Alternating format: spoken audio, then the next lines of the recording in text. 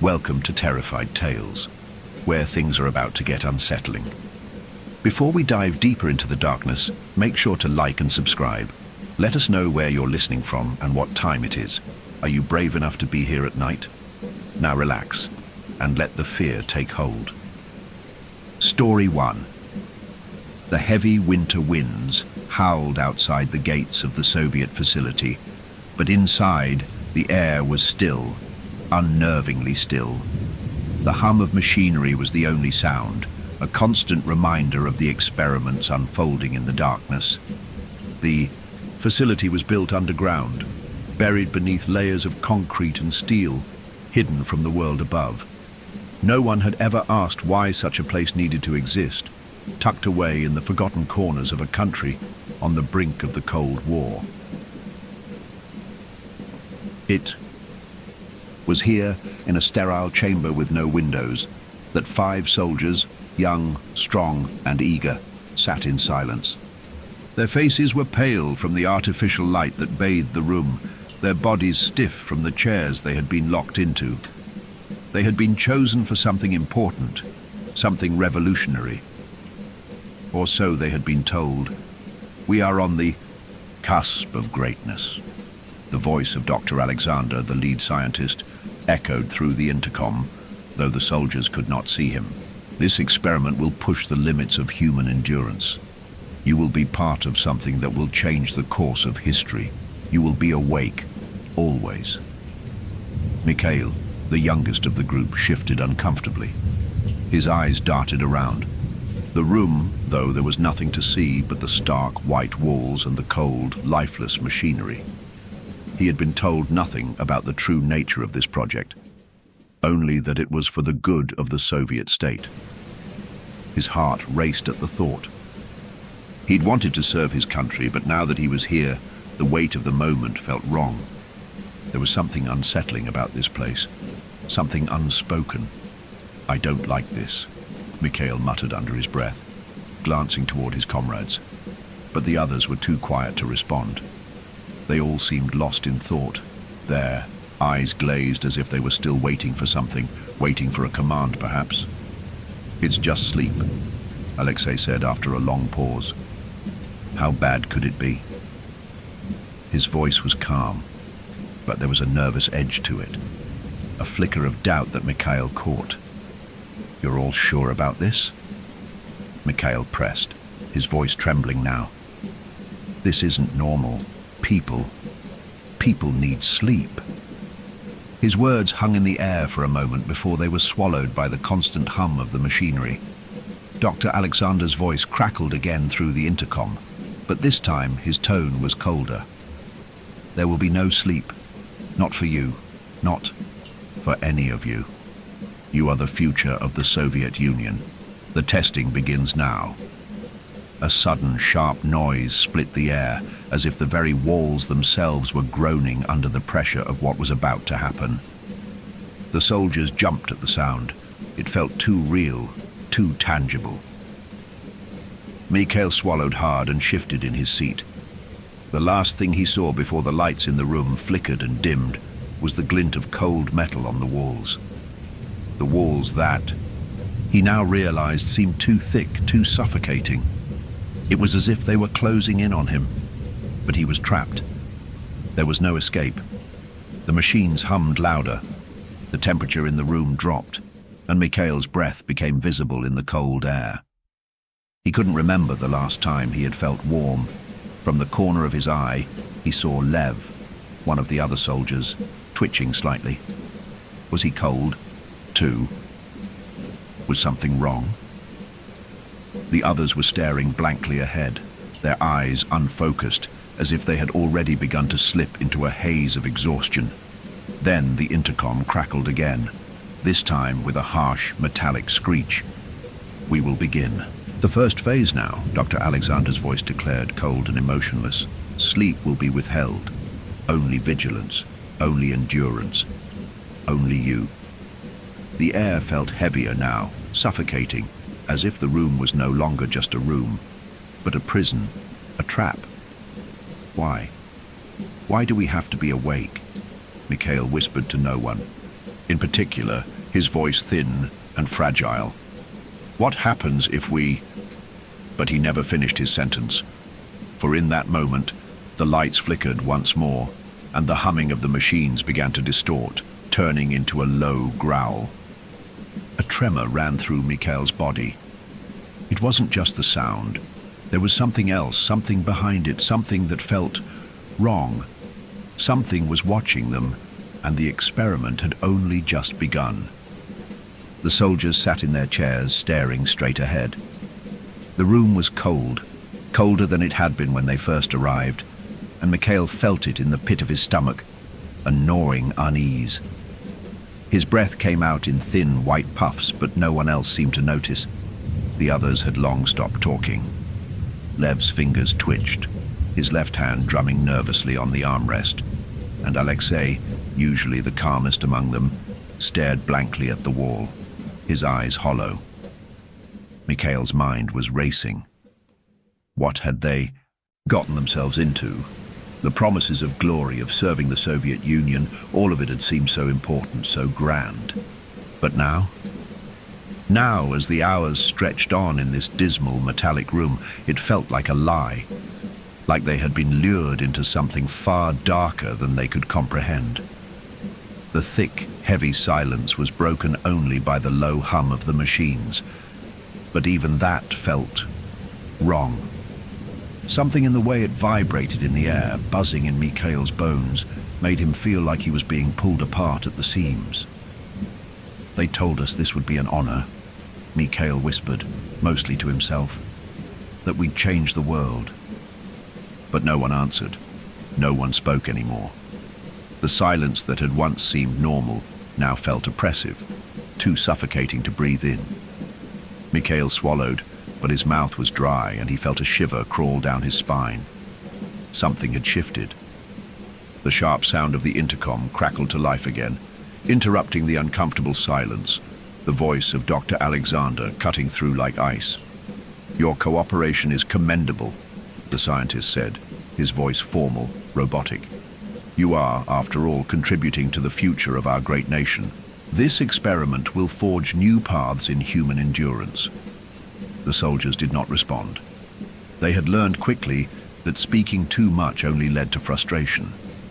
The experiment had not been explained in full detail, only in part. And every part had felt like a half-truth, an omission. The phrase, "you are contributing to the future," carried a hollow weight. Mikhail could feel it pressing down on his chest, making it harder to breathe. He glanced to his right. Lev had his hands clasped tightly in his lap, his knuckles white. Something in his face had shifted too. His eyes were wide, his pupils dilated, twitching every so often as if he were hearing something far off in the distance. Alexei was staring at his hands, his fingers flexing in a slow, rhythmical motion, as if trying to keep himself grounded in the present. But the present felt like a fragile illusion. "Do you think it's true?" Mikhail finally whispered, his voice cracking. He turned to Alexei, who had been the most reassuring of them all during their initial days in the facility. But now Alexei didn't look like the same person. His eyes, once sharp and confident, were clouded, and his lips trembled as if holding back words he couldn't say. "I don't know," Alexei murmured, his voice barely a breath. I don't think they're telling us everything. Not everything." The words sank like a stone in Mikhail's gut. Before Mikhail could respond, the hum of the machines shifted again. This time, it wasn't just the normal, steady pulse. It seemed erratic, strained, as if the machinery itself was protesting. And then the temperature in the room dipped further. Mikhail could feel his breath turning heavier, his skin prickling with cold. In the dim, flickering light, Lev suddenly flinched, his face contorting in pain, his fingers clutching his temples as if trying to hold himself together. It's happening already," Lev gasped, his voice tight, his lips trembling. Mikhail blinked in confusion. "What's happening?" Lev's eyes darted to the others, his face pale, sweat clinging to his brow despite the frigid temperature. "I can feel it. They're doing something. We're not just staying awake. It's in my head. It's crawling inside my head." The last words were almost a whisper, but the panic in Lev's voice spread like wildfire. Mikhail's heart raced. Alexei, too, now appeared uncomfortable, shifting in his seat. "Shut up, Lev. It's nothing. Just nerves. It's just the machines messing with your head." But even as Alexei spoke, the lights flickered once more, a harsh, violent blink, as though they too were struggling to remain steady. A low rumble, almost like a growl, reverberated through the walls. Mikhail's eyes widened. Did you hear that?" The others were silent. But then Lev spoke again, his voice strained and thin. "It's here. I hear it too. Do you?" "I don't hear anything," Alexei said, his voice low but firm. His jaw tightened as if fighting to maintain control. But Mikhail could feel it, even if he couldn't hear it. The presence. It was subtle at first, just a pressure in the air, something that weighed on him, like being watched from the darkness. A sensation he couldn't shake no matter how hard. He tried to rationalize it. Lev's eyes shifted from one soldier to the next, his breath quick and shallow. "I swear I saw something. It was just in the corner, in the shadows, but I saw it. I swear." Mikhail's heart pounded. Shadows. The walls in the room were all smooth, sterile white. No angles, no crevices, nothing that could cast shadows. It was only then, as he glanced at Lev's face, that Mikhail noticed how wide and wild his eyes had become. His pupils were dilated, and his skin looked sickly pale, as though the weight of his own terror was beginning to take root in his body. The hum of the machines shifted again, now sharp, as though they were trying to communicate in a language Mikhail could not understand. A slow, rhythmic noise began, soft at first, a tapping, then louder, more deliberate. Tap, tap, tap. Mikhail's gaze shot to Lev. The tapping was coming from him. From the chair beside him, Lev's fingers were tapping against the armrest. But it wasn't a normal tapping. It was too slow, too deliberate, like it was no longer his hand controlling it. Lev's eyes locked with Mikhail's, his lips pulling, back in a half sneer. "They're awake," he whispered, his voice like gravel scraping over stone. "And they're watching." Mikhail's blood ran cold. The room, already cold enough to freeze breath, felt colder still, as if the walls themselves were closing in. Something was awakening in the dark, something that had been waiting, watching, and the experiment had just begun. The once sterile clinical room felt like a tomb now. Every corner was suffocating, every inch of space a weight on their shoulders. The cold had only intensified since their arrival, so sharp and biting that Mikhail felt his bones creaking beneath his skin. His breath puffed out in visible clouds. But it wasn't just the cold that made him feel this way. It was the silence. The suffocating, consuming silence that seemed to swallow them whole. The flickering lights overhead cast distorted shadows across the walls. The harsh white light bent and twisted, not like the sterile illumination they had expected in a place like this, but jagged, unnatural, as if it were struggling to hold itself together. Mikhail couldn't help but stare at the lights above them, his mind frantically searching for an explanation. But there was none. The hum of the machines was more pronounced now, a low, steady buzz that thrummed in his skull. But that too seemed different, slower, more deliberate, like something heavy was pushing against the sound, trying to distort it. It was as if the walls themselves were vibrating with something unspeakable, something wrong. Lev's face had gone ghostly pale. His lips trembled, his eyes darting to the corners of the room as though they could not focus on anything in particular. His fingers twitched erratically against the chair's armrest, and his head jerked in sudden movements, as if trying to shake something invisible out of his thoughts. Mikhail looked around at his comrades. Alexei was sweating now, his clothes clinging to his skin despite the icy temperature. He wasn't just nervous, he was panicked. His eyes were wide, pupils dilated, and his jaw was clenched so tightly, Mikhail was afraid his teeth would crack. "Can't..." Alexei's voice broke off suddenly, barely above a whisper. I can't breathe. It's too much." Mikhail opened his mouth to say something, to offer comfort, but the words caught in his throat. It was too much. It was all too much. The room, the atmosphere, the pressing silence, none of it felt real. His mind screamed at him to break free, to escape, but his body betrayed him, held fast by the chair and the invisible weight of the air pressing down. "Get out!" Lev's voice cracked, low and strangled. Mikhail turned sharply to him, but Lev's eyes were fixed on something in the far corner, something Mikhail couldn't see. He had stopped blinking, his mouth slightly ajar, his entire body frozen in place. His fingers were no longer tapping on the chair. Instead, they were curled into tight, trembling fists, the knuckles stark white. "Lev?" Mikhail said, his voice weak with desperation. "Lev, what's..." But before he could finish, there was a sound, a sudden, sharp sound, that made them all jump. Click! The room seemed to exhale a breath, a rush of cold air that swirled around them, making the lights flicker again. Then a low, pulsing beat began. Like a drum growing louder in the distance, Mikhail's skin crawled, the hairs on the back of his neck standing on end.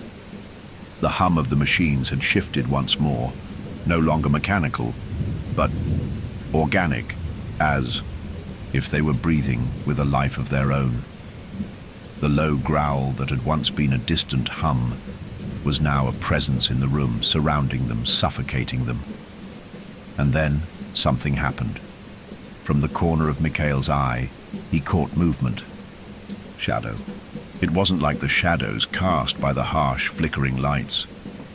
This shadow was darker, unnatural. It seemed to stretch and move independently of the light source, creeping along the walls like it had a mind of its own. Mikhail blinked. Rapidly, his heart hammering in his chest. His eyes couldn't focus. He could only see the flicker of movement out of the corner of his eye. It was subtle, but it was there.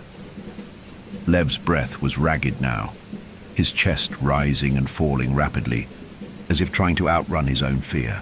"I told you, they're awake," Lev muttered, his voice trembling, thick with panic. "I told you, they're here." Mikhail's throat tightened. His thoughts scrambled in the chaos that had taken hold of his mind. What was happening? What was he seeing? There was no logical explanation. It didn't make sense. But Alexei had seen it too.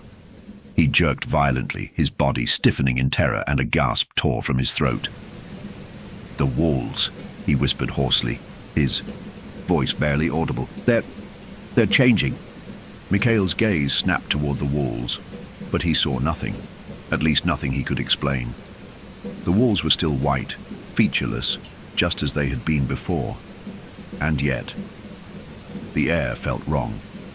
It felt as if the room itself were alive, breathing, shifting around them. There was a presence here, a force in the air that had weight and substance. And it was moving closer. The shadow that Mikhail had seen earlier now seemed to spread, stretching along the floor and up the walls. It moved in unnatural ways, twisting and folding like liquid darkened by ink. It slithered across the room so quickly now that it was almost a blur, and Mikhail felt his heart drop to his stomach. The machines were still humming, still growling, but now they were louder, closer, as if they were surrounding him. The sound vibrated deep in his chest. It was no longer just the machines. It felt like something else was inside them, something alive. Mikhail opened his mouth to scream, but the air was so thick, so oppressive, he couldn't draw a breath.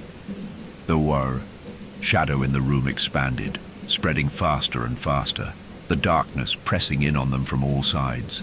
It was like the walls were moving, shrinking, suffocating. And then, just as quickly as it had appeared, it stopped. The shadow was gone, but the atmosphere in the room had changed. The silence had deepened.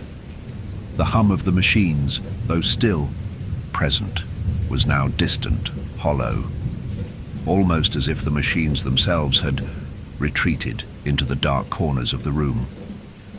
Lev's head slumped forward, and his breathing was ragged. "It's not just the machines," he whispered, his voice cracked and broken. "It's them. They're here. They're watching." Mikhail felt the dread settle in the pit of his stomach, as cold and solid as stone. The walls were still the same, white, sterile. But now they felt as if they were closing in. A feeling of unease spread through him, deeper than any physical discomfort.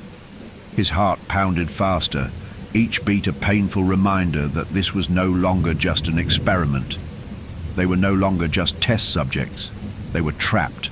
The walls, the machines, the shadows, everything was part of it. The real experiment hadn't started yet, and Mikhail could feel it. They had crossed into something else, something that had been waiting, and now it was awake. The silence returned, but it wasn't a relief. It wasn't the peace of something settled. It was the silence of something waiting. The air in the room had thickened again, like a curtain of moisture, and Mikhail could taste it on the back of his tongue. There was something foul in the air now, a metallic tang like old blood that made his stomach churn. Lev's breathing was labored, erratic, a raspy sound that echoed in the stillness. His eyes darted around the room, searching the corners as if expecting the shadows to come crawling out from behind them. His hands, once trembling, were now rigid at his sides, clenched into fists so tight his nails dug into his palms. "I can't do this." Lev's voice was hoarse, almost a whisper, as if the words were being dragged out of him against his will. "I can't stay awake any longer."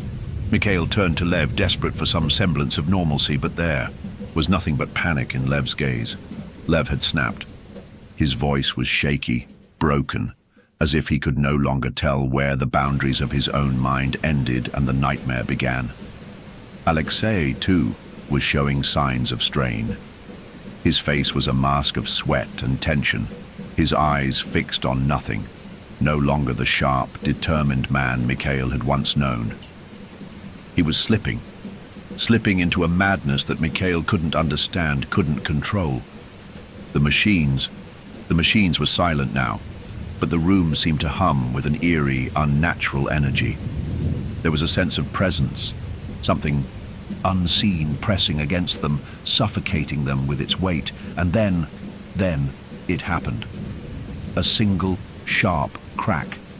It came from somewhere above them, a sound like bone breaking, but hollow, deep, as if it were coming from inside the walls themselves. The noise echoed through Mikhail's skull, a shrill, unnatural sound that made his skin crawl. Lev's body jerked violently in his seat, as if struck by an invisible force, and he let out a strangled scream, a scream that was not entirely human. It was a sound so raw, so guttural, it shattered the fragile grip Mikhail had on his own sanity. "No! No! No!" Lev screamed, his voice twisted with terror. He thrashed against the straps holding him to the chair, his face contorted with pain. "It's here! It's here! It's coming!" Mikhail's heart pounded in his chest, his own breathing, shallow and rapid. His eyes darted from Lev to Alexei, who was now staring at the walls, his face pale, lips trembling, as if he had seen something too terrible to comprehend. But it was Lev who broke Mikhail's focus. Lev was writhing, his head thrown back, his body twisted in unnatural ways, as though something inside him was contorting him, reshaping him. His mouth was open wide in a scream that seemed to stretch on forever, but the sound was wrong. It didn't come from his throat, it came from something else. Mikhail tried to move, but his body refused to obey. The terror in Lev's face was too much. The atmosphere was too thick. It felt as though the very air had turned against him, holding him in place. "Please." Lev's voice broke, barely a whisper now, his eyes wide and dilated, locked onto Mikhail's. "It's not us. It's not just the sleep. It's them. They're..." Lev's words cut off abruptly as his head snapped forward, and he stopped moving entirely. For a heartbeat, the room seemed to hold its breath, the silence pressing down on them with suffocating force. Mikhail's chest was tight with panic. What had happened? What had caused that? Was Lev dead? But then, just as quickly as it had stopped, it began again. Lev's body jerked back to life with a violent spasm, his arms shaking, his fingers curling and uncurling as if trying to reach for something. His breathing was shallow and rapid, and his mouth opened wide again, but no sound came out. It was as though his vocal cords were locked in a struggle, unable to produce any more screams. And then there was the whisper. The whisper was so quiet, so faint, Mikhail wasn't sure if he was hearing it at all. But it was there. It was inside his head. Mikhail tried to move, to speak, to make some sound, but he couldn't. The pressure on his chest was unbearable, as though the room itself were closing in on him, trapping him in this waking nightmare. The whisper grew louder. It was coming from Lev. But it wasn't Lev's voice. It was a voice Mikhail could not understand, a voice like the sound of dry leaves rustling in the wind, or the whisper of something ancient and forgotten. It was a sound that made his skin crawl, like the whispering of something that had lived for eons, something that had seen the world long before humanity ever existed. And then, like a bolt of lightning, it hit him. Lev wasn't talking anymore. Lev was screaming, but his mouth wasn't moving. The voice, that awful, unearthly whisper, came from inside the room now, rising from the walls, vibrating beneath Mikhail's feet. It wasn't just Lev's body that was moving. It was the room. The walls were shifting, twisting, like something was inside them, alive, awake. The temperature plummeted again, the cold so intense it felt like his bones were freezing from the inside. The air had turned to ice, biting into his skin. And then, suddenly the walls split. They split open with a violent, loud crack that shook the room and made Mikhail's teeth rattle in his skull. The concrete seemed to give way, revealing blackness behind the walls. Deep, impenetrable darkness, swirling with a motion Mikhail couldn't comprehend. From that darkness, something stepped forward. Mikhail felt his throat tighten, his eyes wide, with disbelief. It was something human, but not human. Its body was too tall, too thin, stretched in unnatural ways. It was draped in shadows, but its features were impossible to ignore. The skin seemed wrong, pale, almost translucent, as if it were decaying before his eyes. Its face was like a blur, as though it were formed from fragments of something familiar but torn apart. And yet it was looking directly at him. It smiled. The grin stretched across its face, too wide, too knowing, and Mikhail could feel the air in his lungs freeze. Lev's body went still again, his head lolling back as if the energy inside him had been drained. The figure in the darkness reached out with a single skeletal hand, and the room went dead silent. The figure, no, not a figure, something worse than a figure, stepped forward, its long, jagged limbs creaking as they unfolded from the shadows. Mikhail's breath caught in his throat, his pulse hammering in his ears, drowning out everything else. His eyes were wide, frantic, but they couldn't look away, couldn't tear themselves from the thing that had emerged from the walls. It moved slowly, deliberately, as though it were savoring each step, as though it knew Mikhail and his comrades were too paralyzed to run, to fight, to do anything. The air was thick, so dense it felt as though the very atmosphere was pressing them to the floor, as though the weight of it all was too much for their fragile human forms. The thing's head, if it could be called a head, was an abomination. No eyes, no mouth, just an elongated face, its skin stretched tight like a thin sheet of old, weathered parchment, translucent and torn in places. And yet, there was something about the way it moved, the way it seemed to watch them, as if it could see, could feel their every fear, their every thought. Mikhail's body trembled, his limbs weak and unresponsive. But Lev was still, his body slack, his eyes empty and vacant. He had stopped screaming, stopped struggling. It was as though the entity had drained the very life from him. And yet, Mikhail couldn't tear his gaze from Lev's face, the way Lev's eyes, those vacant eyes, were staring straight ahead, locked onto something Mikhail couldn't see. Was Lev still in there? Was he alive? The entity's fingers, long, too long for any human hand, curled slowly toward Lev's slumped form, and Mikhail's heart stopped in his chest. A chill colder than any ice crackled through the room as the creature reached toward the still body. Its hand hovered just inches above Lev's head, fingers twitching, almost as though it were testing the air. It seemed to breathe without lungs, without breath. It was a presence more than a being, like an essence. Mikhail couldn't breathe. His lungs were frozen in his chest, and every instinct told him to run, to escape, but his body refused to obey. He couldn't even look away. The whispering began again, low at first, then building, curling into a crescendo of incoherent murmurs that seemed to emanate from everywhere, beneath the walls, from the ceiling, from the very bones of the room itself. And then the words crashed into Mikhail's mind. It wasn't just a whisper anymore. It was as if the creature was speaking directly into his skull, ripping through his thoughts with a cold, malicious voice that made his very soul recoil. You are all mine. You have crossed into my domain. You will never leave. The voice was fragmented, broken, like it was 1,000 voices, all crying out at once. Mikhail could feel it, feel the weight of it sinking into his bones, pulling at him, dragging him, into the same suffocating darkness that had claimed Lev. The shadow, it was a shadow now, not a man, hovered over Lev, the cold fingers grazing the top of his head. The room quaked once more, the walls reverberating with the same unsettling hum. Mikhail's teeth ground together in frustration, but the sound of his own movements felt alien to him, like they weren't even his actions anymore.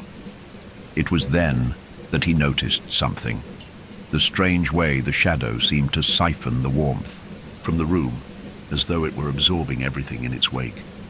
The lights flickered again, this time fading entirely to pitch blackness, and only the faintest trace of light from the machine's hum illuminated the monstrous figure in the center of the room.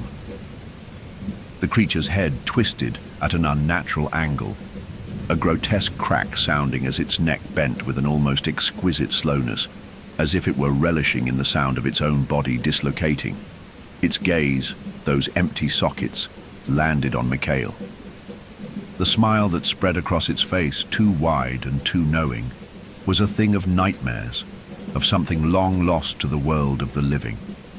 It wasn't just a smile, it was a hunger, a predatory hunger that made Mikhail's skin crawl.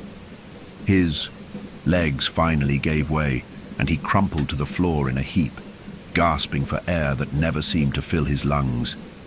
You are already dead. The voice, the whisper, was inside him now, echoing in his skull like a broken record. And Mikhail could feel his mind shattering, splintering under the weight of the knowledge, the truth that he could no longer deny. He wasn't going to escape. None of them were. Lev wasn't the only one lost. Mikhail realized with a sickening clarity that they had all been dead the moment they entered the chamber. The moment they had stepped into the walls of this place, they had sealed their fate. This entity had been waiting, biding its time, and now it was hungry. It had awakened. Mikhail's hand shook as he reached for his throat, as though to stifle the scream that bubbled within him, but there was no escape. He could feel it. It was everywhere. In his blood, in his soul. The walls were alive, and the thing in the center of the room was their master. And then, the room began to move again. The walls twisted, folding inward, as if the very space had become a maze, a labyrinth with no exit. The lights blinked erratically, and the buzzing of the machines began again, louder, harsher, more distorted. The whispers joined in unison, louder now, drowning out any coherent thought. It was as though time itself was folding in on itself. The chamber was collapsing, but not in the physical sense. The reality they had known was breaking down, dissolving, leaving only this thing. Mikhail tried to scream, but his voice was swallowed by the growing hum, and then he saw it. A figure, not Lev anymore, stood beneath the creature's reach. It had the same gaunt, unnatural form, but now it was wearing Lev's skin, Lev's face, but twisted and warped, cracked like an old mask. The eyes were black, hollow, and staring at Mikhail with an endless, silent scream. It was Lev, but not. Lev, it was the entity. It was taking them one by one. Mikhail felt a cold hand close around his wrist. He looked up. The thing was here, and it was looking at him with eyes full of knowing, full of hunger. The thing's fingers, too long, too cold, curled around Mikhail's wrist with an unnatural pressure. It was the kind of grip that didn't just hold you down, it imprisoned you. A clamp that locked you in place. He could feel it seeping into his skin, into his veins, the cold crawling under his flesh like ice, like 1,000 tiny, invisible knives stabbing into him. He couldn't scream. He couldn't move. The thing, the entity, towered over him now, its face still that haunting, empty visage, the skin stretched and tight, its grin never leaving. The thing that had once been Lev, the body, the shell, was standing beside it, but it was wrong. So wrong. The eyes were wide and black, pupilless, and the skin was like parchment, too thin, too fragile. There was a stench of rot, of decay. Lev's body had become little more than a puppet, dangling beneath the control of something far worse than anything Mikhail had ever imagined. Mikhail could feel his heart pounding in his chest. His body was drenched in sweat, but his skin felt as if it were being burned, frozen all at once. The room had turned into a miasma, a choking, suffocating presence that pressed against him, suffocated him, until all he could do was focus on the touch that burned into his wrist. He tried to break free. His fingers were numb, his limbs heavy, with the weight of an invisible force that seemed to anchor him to the ground. The walls were closing in again, shifting, bending, pulling inward.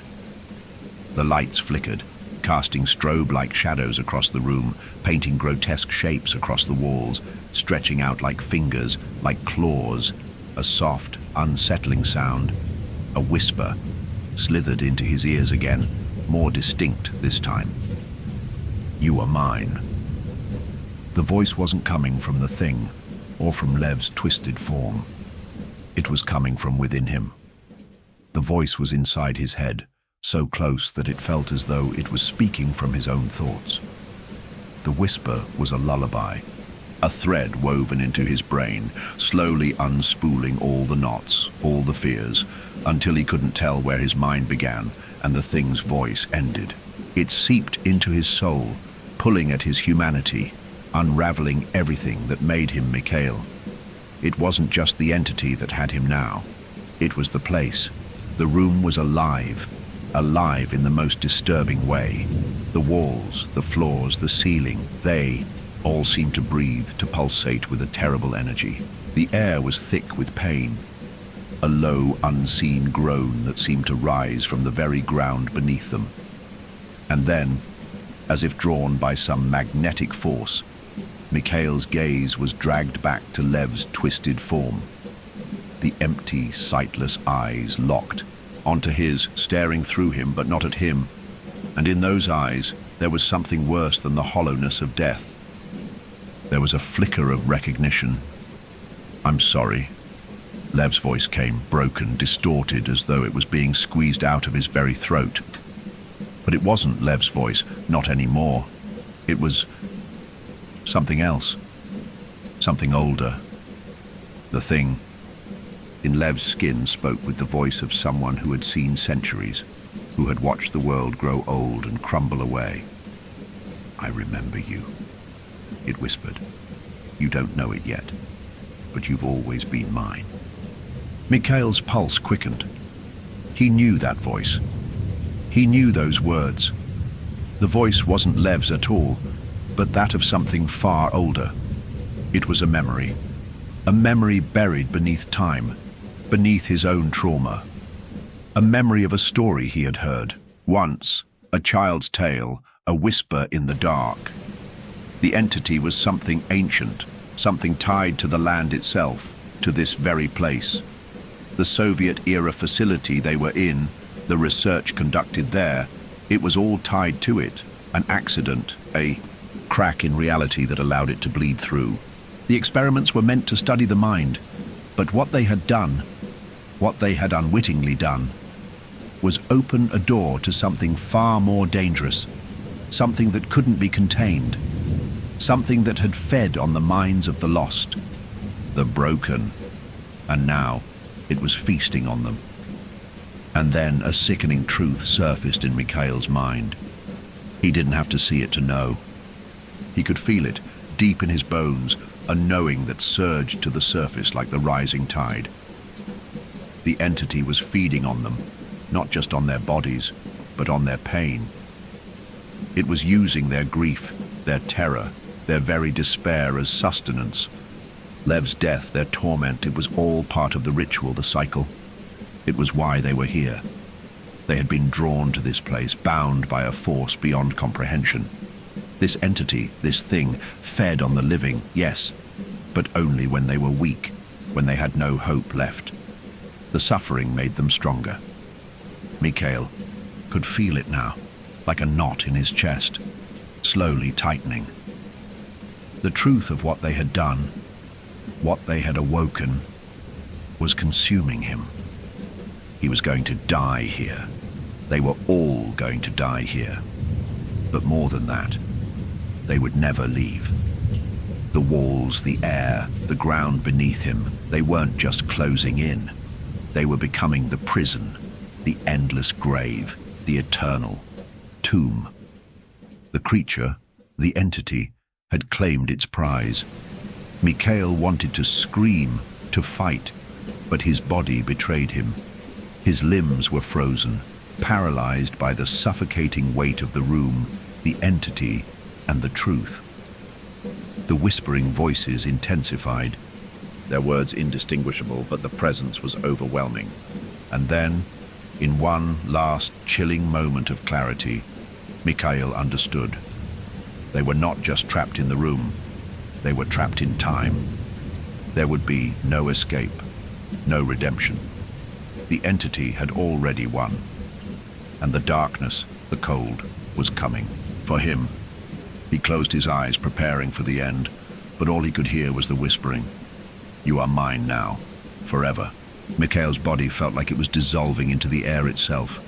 His skin was no longer his own, no longer something tangible, and the pulse that had once throbbed in his chest had slowed, felt far away, as though he were listening to a heartbeat not his own.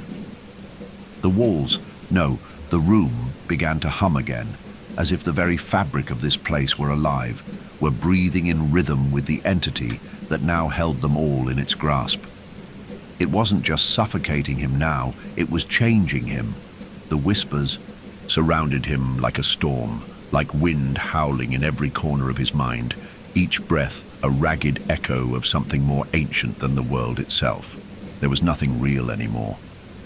The air was thick with static, with the feeling of something that was not quite of this world, something that clung to him, that gnawed at him from the inside out. Through the fog of fear and confusion, Mikhail caught sight of Lev again. The body, Lev's body, was no longer just a hollow shell. It had shifted, The skin stretched tighter, the flesh drawn too thin, too taut, as though it had been skinned and reshaped by the entity. But it was worse than that. Lev was still there, somewhere inside. Mikhail could feel it. He could feel the screaming that reverberated inside Lev's chest, just beneath the surface, trapped by whatever unholy power the entity had woven into. This place. Lev's mouth, no, the thing's mouth, twisted into a grin, a grotesque, broken expression, the corners of the lips ripping as it forced a mockery of speech from its throat. You're here now. Forever.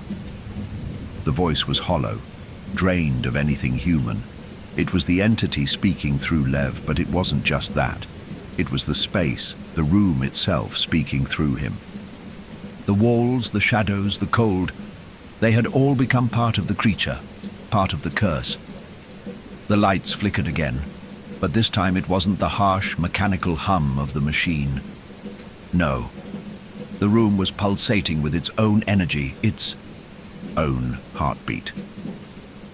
The lights were dimming, turning an unnatural shade of red, like the last dying embers of a fire long past its prime. It was as if the very soul of the building, the very land beneath it, had awakened, become aware. Mikhail tried to move to get away, but his legs betrayed him. His body was locked in place, unable to obey his mind. His heart was a drumbeat in his chest, but his breath was shallow, ragged, as if the very air had thickened into something more solid, something that clung to him. He could feel the entity, now, could feel its presence stretching beyond the walls, beyond time itself. It was the room. It was the place. It was them. You will never leave, the voice whispered again.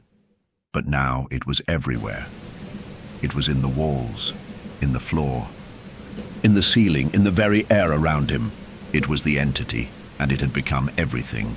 Everything. A chill ran down his spine as he realized something more horrifying than any nightmare. The entity was feeding on them. Not just their fear, not just their pain, but on their memories. Every dark thought, every regret, every lost fragment of themselves was being pulled from them, torn away like paper in a storm. The darkness, the entity, was devouring them one memory at a time. Mikhail closed his eyes, feeling the cold creep deeper into his body, his bones turning to ice, his heart to stone. He could feel it, feel his own memories, the faces of his parents, his childhood, the girl he had loved before everything went wrong, beginning to slip away, fading like the last wisps of a dream upon waking. The memories didn't just vanish. They became part of the creature, absorbed into its body, into its essence, until they would be lost forever, nothing more than whispers in the dark. And then, like a punch to the gut, he realized the truth. They weren't trapped here just by the walls. They weren't even trapped here by the entity. They were trapped by the memories themselves. Each second they spent in this room, each flicker of time that passed, was erasing them, erasing who they were. Every moment that passed pulled them deeper into the thing's hunger. The memories were the chains. Lev's body, no, the creature that wore his skin, took a step closer, its arms unnaturally long, its fingers reaching for Mikhail, but not to touch him. No, it was reaching for something else, something deeper. It was trying to consume him, not physically, but spiritually. It wanted to erase him, to feed on everything he had ever been. Mikhail felt his chest tighten, his throat constrict. It was happening, just like he feared. It was starting to take him, and in that moment of panic, in the suffocating terror of his own impending dissolution, something strange happened. The machine. It buzzed again, this time louder, sharper. The lights flickered once more, but this time, there was something different. A pulse of energy seemed to shoot through the walls, crackling like electricity in the air, like the room itself was reacting to something, was responding to a presence beyond the entity. Mikhail felt it. A shift, an unsettling tremor. The darkness that had been closing in on him, the cold that had been creeping into his soul, seemed to hesitate just for a second. The whispering voices faltered. In that moment, a sickening realization struck him like lightning. They weren't the only ones here, there were others. Others who had been consumed by this place, those who had died long before them, but whose memories had remained, trapped, clinging to the very walls of the room. The entity had fed on them, but now something was fighting back. Something was trying to break free. The machine was no longer the prison, it was the key. But to escape, Mikhail realized with dawning horror, they would have to make a sacrifice. One that would leave them all unmade, forever lost in the echo of the room. The choice was his, but was there even a choice anymore? Mikhail's heart hammered in his chest, the sound deafening in his ears. His breath came in jagged, shallow gasps. Escape, the word echoed in his mind, though it felt like a mocking, distant fantasy. Could they escape? Was there even a chance? He could feel the pull of the entity, its weight bearing down on him like a deep, crushing darkness that seeped into his every thought, his every nerve. But something was changing. Something was shifting in the air. The machine. He couldn't stop thinking about it now. Seemed to pulse with a strange, almost living energy. Its buzzing hum had grown louder, sharper, like an unnerving heartbeat. The kind that makes you feel both sick and alive all at once. The walls, once suffocating, now felt as though they were holding their breath, waiting. As if, somehow, the room itself was aware of the moment, of the choice that loomed just ahead.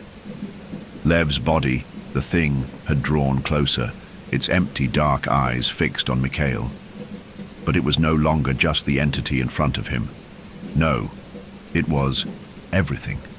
The room, the shadows, the walls themselves, they were alive with the essence of it. The space had become a part of it, pulsating and twisting, as if breathing with an ancient predatory rhythm. The thing's grin stretched impossibly, wide, revealing teeth that weren't quite human. They were jagged, yellowed, and too sharp, like the remains of something once alive but now twisted beyond recognition. And as it smiled, the voice, that voice, rang out again, curling into his ears like smoke. Do you feel it? The voice wasn't Lev's or even the entity's. It was something else, a thick whisper, as though the air itself was talking to him. The price of your escape, the cost of freedom. Do you know what it will take? Mikhail couldn't move. His limbs felt like lead, weighed down by something heavier than fear. But it was not just the weight of the thing that held him in place. It was the understanding that was creeping over him. A revelation that burned into his mind with the sharpness of a blade. They weren't meant to escape. The machine, the room, the entity, they were part of something older than Mikhail, older than all of them. The experiment they had stumbled into wasn't some modern tragedy. It wasn't just an accident. This had been planned, or rather, it had always been inevitable. The ancient ritual woven into the very foundation of this cursed place had predicted this moment, this exact moment. And Mikhail, as much as he hated to admit it, had been drawn here for one reason alone. They were the final step. The entity needed them to complete its cycle, to finally feed on their fear, on their memories, and to take their souls, their essence, and trap them forever in its grip. The walls, the machine, the very structure of the building, all of it was a conduit, a mechanism to feed this thing, to anchor it in the physical world. There was no escape. Not for them. Not for anyone. The machine would not release them, not now, not without a price. And suddenly, it became clear. The entity had been feeding on their pain, their grief, their trauma all along. But it had never been enough. It needed more. A final sacrifice. It needed something to seal its power. to finish the cycle. Mikhail's throat tightened. A sickening realization bubbled to the surface, as if the very room were whispering it to him, infecting his mind. It wasn't just their souls the entity wanted, it wanted their lives to remain incomplete. It wanted them trapped in this place, forever unable to die, unable to escape, only to exist as lingering echoes of their former selves. Forever trapped in time. Lev's hollow eyes seemed to reflect the same horror, a mirror to Mikhail's own fear. The body that once was Lev shuddered, as though it had felt the truth settle deep within its bones. It was aware of the deal, of the cost. It too was just an echo, just a shadow, trapped by the same cycle. Mikhail's gaze flicked to Lev's, outstretched hands gnarled and twisted, as if begging for something, anything to stop this nightmare. And then the thing, Lev's twisted form, spoke again, its voice cold and broken. "I can't save you. None of us can. Not anymore." The voice seemed to echo in the room, reverberating off the walls, as if every surface was an extension of the creature, a living, breathing part of it. The laughter, the low, guttural noise that followed the words, curled like smoke around Mikhail's chest. It was no longer about escape. It was about acceptance, sacrifice. Mikhail's mind raced, filled with fractured thoughts. But there was only one truth that burned through the chaos. One of them must die. One of them must be offered to the entity to complete the final step of the cycle. And the room, the entity, it would take whatever it wanted, whatever was necessary to keep its grip on the physical world. A scream started to claw its way up Mikhail's throat. But who? Who would it be? Lev was already a ghost. His body was already the empty vessel, drained of its humanity. But Mikhail, he was still alive, still breathing, still desperate to escape. But there was no escape. No way out. The walls pressed in again. The whispers reached a fever pitch, the sound becoming so unbearable that Mikhail could feel the fabric of his mind beginning to tear. There was no choice left. The entity would take them both, consume them both, and the price for their survival would be one life, one soul, one sacrifice to seal the cycle. And that sacrifice would come from one of them. Mikhail was the last hope, the only one who could break the cycle, but he knew there was no escaping the truth. There was only one choice. The room had become a tomb. Mikhail's thoughts were disjointed, tangled in a web of fear, guilt, and an overwhelming sense of inevitability. The air was thick, suffocating, heavy with the weight of what was coming. His heart was thudding in, his chest, but the sound felt distant, disconnected from his own body. The whispers had grown louder, sharper, a chorus of voices he couldn't escape. They slid under his skin, burrowing into his mind, weaving a steady rhythm of dread, despair, and the sickening promise of what was to come. It wasn't just Lev. The thing that had once been Lev was still here, waiting, its twisted form standing in the corner of the room, watching him, its hollow eyes following every movement. But it wasn't just the entity's presence that was consuming Mikhail now. No, it was the understanding, the realization that they were trapped by a ritual older than them, older than time itself, and that nothing they did could change it. They had no choice. The entity was not just a being.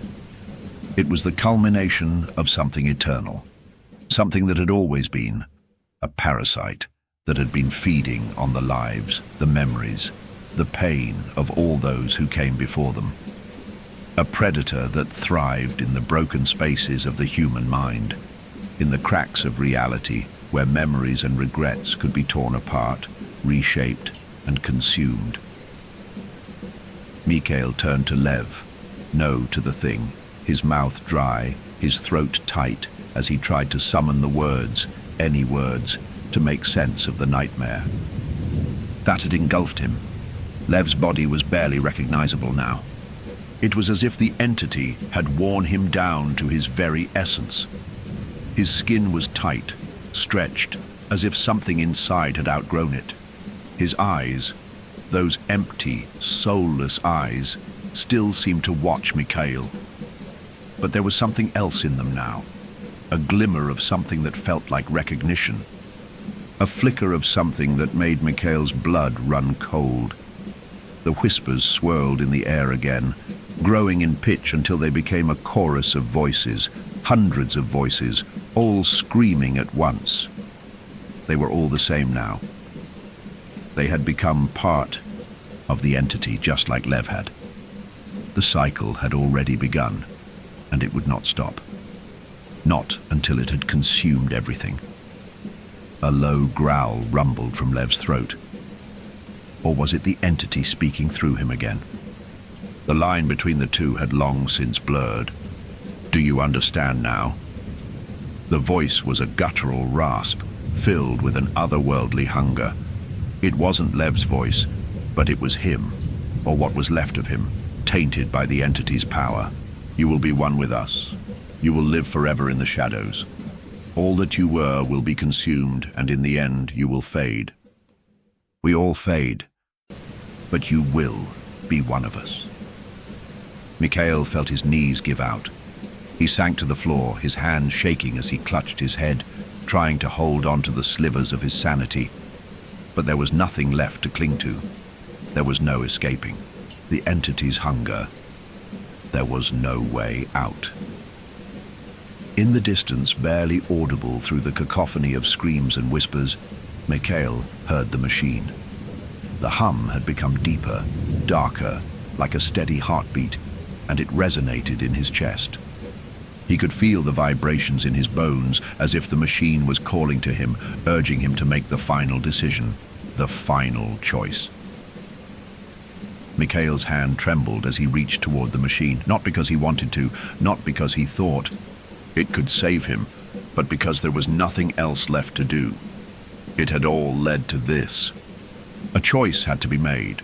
The cycle had to be completed. Lev, or whatever was left of him, had made his peace with this. The entity had consumed him, twisted him, and now it would take Mikhail too. There was no escaping it.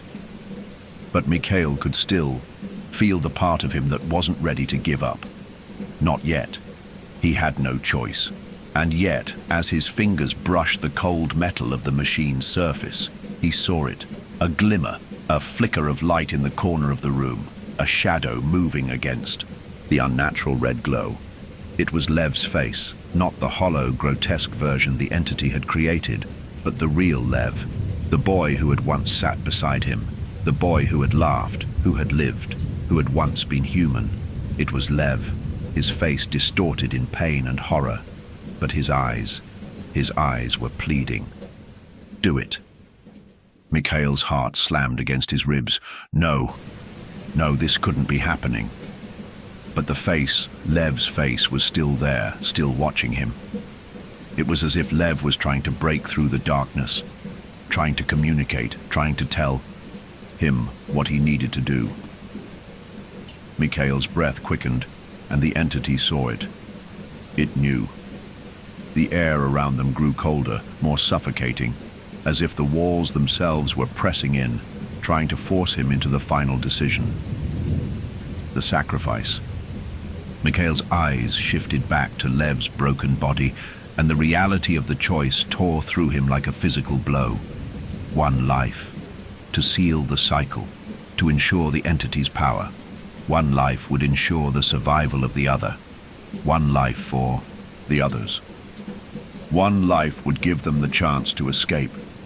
The room grew silent, almost unbearable in its stillness.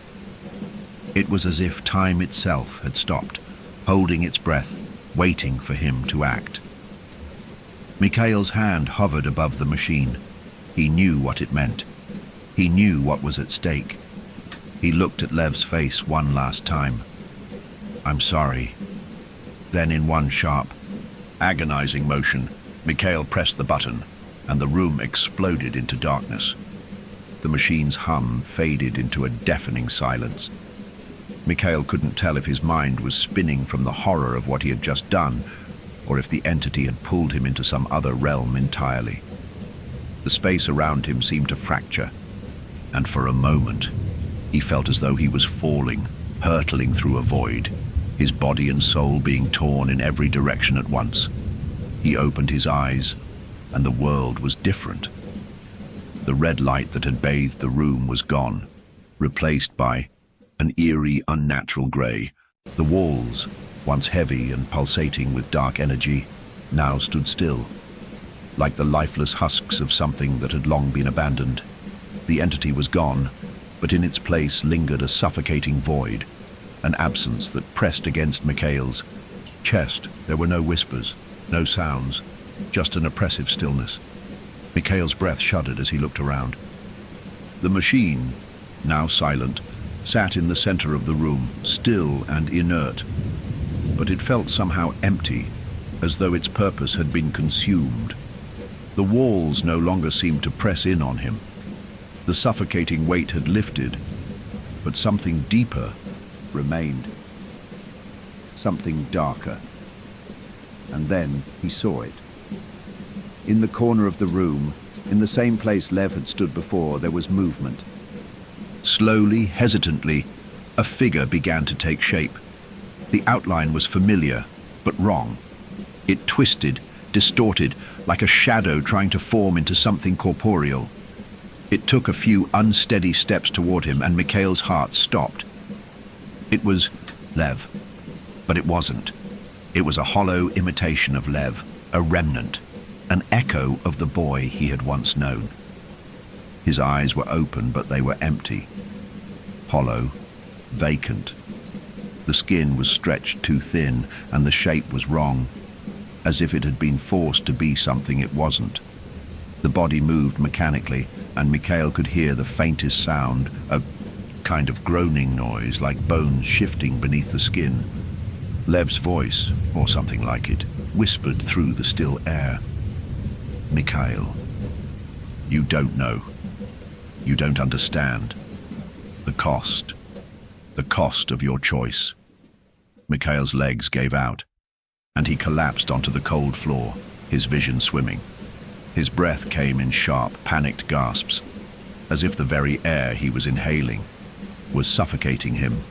His heart pounded in his chest as the figure of Lev came closer, each step dragging against Mikhail's soul like a slow, methodical torture. "I'm sorry," Mikhail gasped, his voice breaking. He didn't know what he was sorry for. He didn't know if he could apologize for the choice he had made. He didn't know if Lev, if this thing, could ever forgive him. He felt like he had failed. Not just Lev, but everyone who had suffered here. The cycle had been completed, yes, but at what cost? Lev stopped a few feet away from him. The eyes that stared at him were not Lev's eyes. They were something else. Something that had been twisted by the entity. The words came again, more insistent now, as though they were tearing themselves from deep within the empty void. "There's no going back. You've completed it, but you're still here." Mikhail couldn't breathe. He couldn't even move. The room around him felt like it was closing in again. There was no escape. He realized now, with crushing clarity, that the entity had never intended to kill them. No. It had never wanted their deaths. It wanted their souls, their memories, their very essence. And now they were all trapped. Lev, Mikhail, everyone who had passed through this forsaken place. Forever. Mikhail wanted to scream. He wanted to claw at the walls, to shout at the dark void that had become his world, to curse it, to demand answers. But the truth hit him like a cold, heavy weight. There was no escape. There was no end. They were all already dead. The room seemed to stretch and warp as the shadows around him twisted and bent, warping reality itself. The walls shuddered as though they were alive. And then, just like that, the world cracked. A dark fissure appeared beneath Lev's form, splitting the floor open with a sickening creak. Lev's hollow eyes locked onto Mikhail's one last time. and the figure gave him one final look, one final whisper. "You're not free. None of you are." And then the crack widened, and Lev, the thing, fell into the darkness, swallowed whole by the void. Mikhail blinked, and then just as quickly everything was silent again. The room had returned to its unnatural grey. The shadows were still, the air empty, but Mikhail felt it now, the presence, lingering like a stain on his soul. He wasn't sure how much time had passed. Days, hours, or had it all been a dream, a fragment of his mind unraveling? He stood shakily, his legs unsteady beneath him, as if the very act of standing was foreign to him now. The machine, the cursed, twisted thing that had sealed their fate, was gone. But there was no relief. And then the whispers came again. But they were different now. One cycle ends, and another begins. "Welcome back, Mikhail. Welcome back to the fold." Mikhail's gaze drifted to the walls, no, to the ceiling, where the very structure of the room seemed to shift, revealing patterns, intricate symbols etched deep into the stone. It was as though the entire building had changed, had become something else entirely, something alive. He had been pulled into something far beyond the boundaries of life and death, into something far more ancient. And he understood now. The cycle would never end. He had been trapped here, just like the others, forever, a prisoner in a place that didn't exist. And as he walked, or perhaps he was dragged, through the hallway, the whispers following him, he realized the truth. He had been forgotten, and the entity would continue to feed, forever. You're deep into the story now, and the horrors are only escalating. If you're still with us, don't forget to like and subscribe. Tell us where you're listening from in the comments. Who else is staying up late to face this nightmare? Settle in. The terror continues. Story 2. The evening air had a peculiar crispness to it, one that felt almost foreign despite the warmth of the party unfolding within the grand, sprawling mansion. The house itself, an old, imposing structure perched high on a hill, seemed to shiver in anticipation of the New Year's celebration. From its polished windows, the shimmering lights of the city far below twinkled like distant stars, far removed from the laughter and clinking glasses that echoed inside. Inside, the mansion hummed with excitement, and yet there was something unsettling beneath the surface. The guests, a group of college friends reunited after years apart, all gathered in the grand ballroom, their chatter and laughter blending with the sound of the live band playing a jazzy tune in the background. The mansion's high ceilings, adorned with garlands and twinkling fairy lights, seemed to stretch into infinity, casting the guests in an almost dreamlike haze. Though the air was thick with merriment, there was something about the place that made them uneasy. Maybe it was the location, isolated from the rest of the world, perched alone atop the hill. Or maybe it was the house itself, a sprawling labyrinth of rooms, corridors, and creaking staircases that felt more like a place of memories than a modern residence. It had once been the home of a wealthy industrialist, a name none of them could recall, and it had remained vacant for decades until tonight. The friends had been excited to reunite here. They'd planned this getaway months ago, a nostalgic reunion to ring in the new year. But as they settled into the old home, something about the place was undeniably strange. None of them could quite place it. At first, they dismissed it as merely a product of the mansion's grandeur, its age, its secluded nature, and perhaps the oddities of its history. But even the most enthusiastic among them felt a twinge of discomfort every time they ventured into the deeper corners of the house. The lights flickered slightly when they first entered, though they never quite went out. The air, though warm, carried an odd chill, like it had been trapped inside the walls for too long. And every now and then there was a soft noise, like a low hum, coming from some distant part of the house. "I swear," one of them, Matt, said with a chuckle as he poured himself a drink. "It's like this house has a mind of its own. You'd think we were in a haunted mansion." The others laughed, but their laughter faltered as they looked around the room. The place was so vast, its silence so deep, it almost felt as though the house were listening. "Haunted?" Claire replied, her voice tinged with mock worry. "Maybe we should just leave before midnight. I'm not a fan of creepy old houses, especially not on New Year's Eve." Her eyes scanned the room nervously, though it was hard to pinpoint why. The mansion's shadows were long, stretching across the walls like dark fingers reaching toward them. "Oh, come on," James interjected.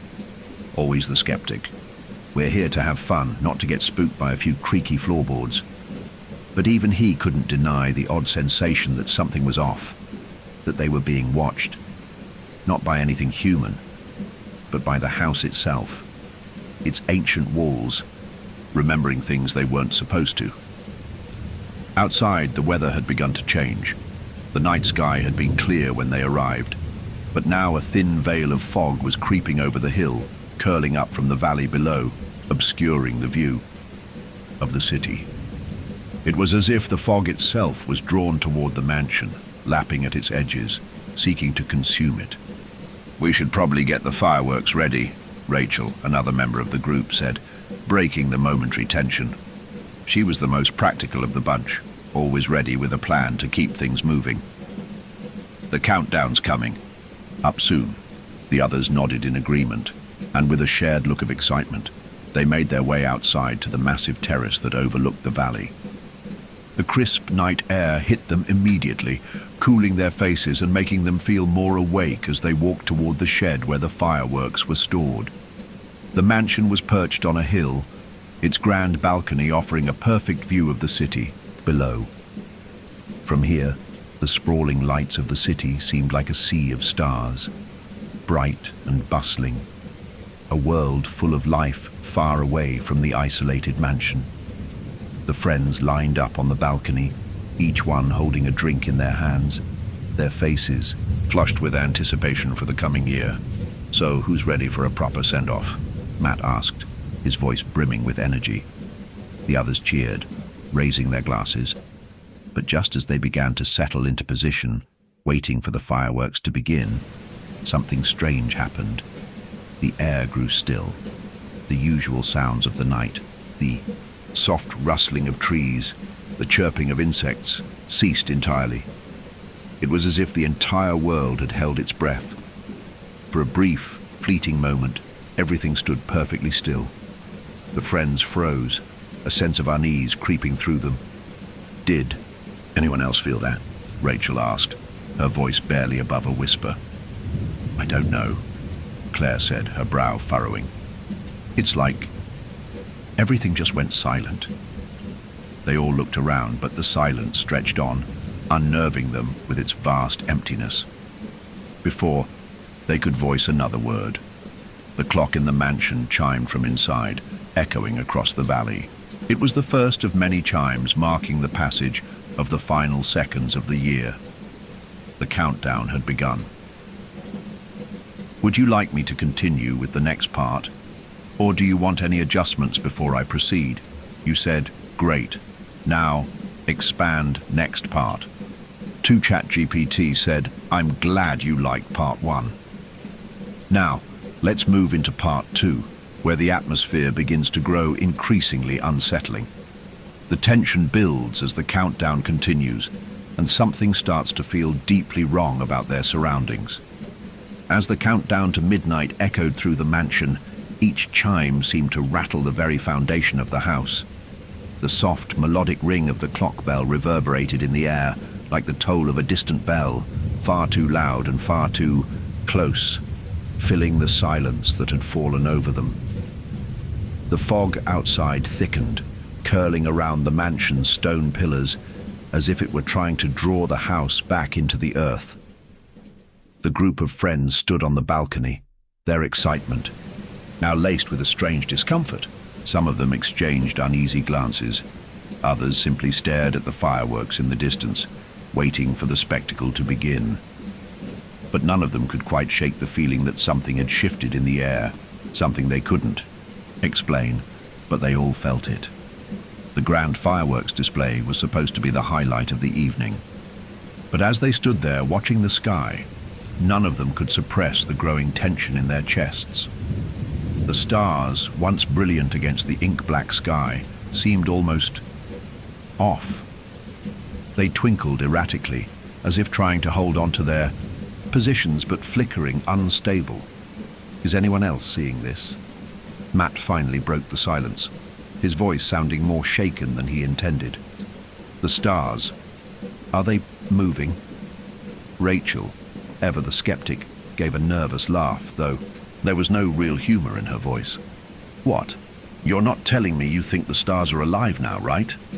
But even she couldn't help but glance up at the heavens, where the constellations seemed to flicker and shift in strange patterns. It was as though the stars were no longer following their usual paths, as if they were caught in some sort of cosmic tug-of-war, twisting and distorting in ways they shouldn't. For a moment, Rachel wondered if she had been drinking more than she thought. The moment was broken by the deep voice of James, who had been quiet all evening. He was staring intently at the horizon, his fingers clenched around his glass. "Look," he said, his voice low and measured. "The fireworks, they're not moving." Sure enough, the firework display that was supposed to be lighting up the sky had frozen mid-air, its colors suspended in time, like fiery petals frozen on a black canvas. The reds, the greens, the blues, each one bloomed beautifully in suspended animation, but they didn't explode. They just hung there. The group gasped in collective disbelief. "What the hell?" Claire muttered, stepping back from the edge of the balcony. Her face was pale, her eyes wide with confusion. The fireworks, bright, bold and full of promise, had ceased to exist as they were meant to. The explosions that were meant to fill the air with light, sound and celebration had stopped cold, frozen in place, as though time itself had forgotten its purpose. "What the hell's going on?" Rachel asked again, this time more urgently. She turned to her friends, hoping for some kind of explanation. "Is this some kind of prank?" "Look at your phones," James suggested, the suggestion hanging ominously in the air. At once the YUM group fumbled for their phones, eagerly pressing buttons, trying to get a signal. But nothing happened. The screens were black, unresponsive. Nothing. No messages, no notifications, no signal, no connection to the outside world. Even the Wi-Fi, which had been strong earlier, now blinked an ominous red, indicating no connection at all. Claire swiped frantically at her phone screen. "What's going on? This can't be right. It worked fine earlier, just a few minutes ago." She turned to Rachel, who was still staring at her own blank screen in disbelief. "It's like we're cut off. But how? This doesn't make sense." Matt, who had been unusually quiet, now shifted nervously on his feet. "I swear, something feels wrong about this whole night. This isn't just a glitch or a trick. I've been feeling it all evening." The group was growing restless, each person exchanging wary glances, their nerves fraying. The crisp night air, which had once been refreshing, now seemed heavy, pressing down on them. The house, too, felt different. The mansion, once so grand and inviting, now loomed like a hollow shell, the silence within it suffocating. "I think we should go back inside," Rachel said, her voice suddenly sounding smaller than usual. Her eyes darted nervously toward the fog creeping across the lawn. "This is getting weird," Matt agreed, and the group turned toward the open doors leading into the grand hallway of the mansion.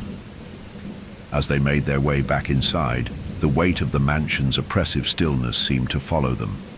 The heavy oak doors creaked as they were pulled closed behind them, as though the house itself were locking them in. As they re-entered the ballroom, the soft hum of the band was still playing, somehow louder than it had been before. But even the music didn't seem to bring the comfort it should have. Instead, it felt out of place, as though it were coming from an entirely different time, a time that no longer existed. "Okay, I'm officially freaked out," Matt said, running a hand through his hair, his voice tight. "I don't care if we're just imagining it. Something's wrong." "I know," James agreed. He stood by the window, staring out into the distance as if searching for an answer in the fog that now surrounded the mansion. His face was unreadable, but his hands were trembling ever so slightly. "I can't shake the feeling that time isn't moving forward." The words hung in the air, thick with tension. The idea that time itself had stopped, that it was somehow frozen in place, seemed absurd. Yet standing there, in the frozen silence, it felt true. The clock on the mantelpiece ticked with a sound that seemed too loud in the emptiness. Each tick felt like a subtle slap to the senses. "All right, this is ridiculous," Rachel said, shaking her head. "Let's check the clocks. It's just some kind of malfunction. It's gotta be." They all moved to the nearby wall where a large grandfather clock stood. The long, polished wood gleamed in the dim light, and the second hand moved, slowly, agonizingly slowly. But it moved. Except when Claire checked the time, her breath hitched. The clock had stopped at midnight. "No way," she breathed, stepping back from the timepiece. "It's impossible. This can't be happening."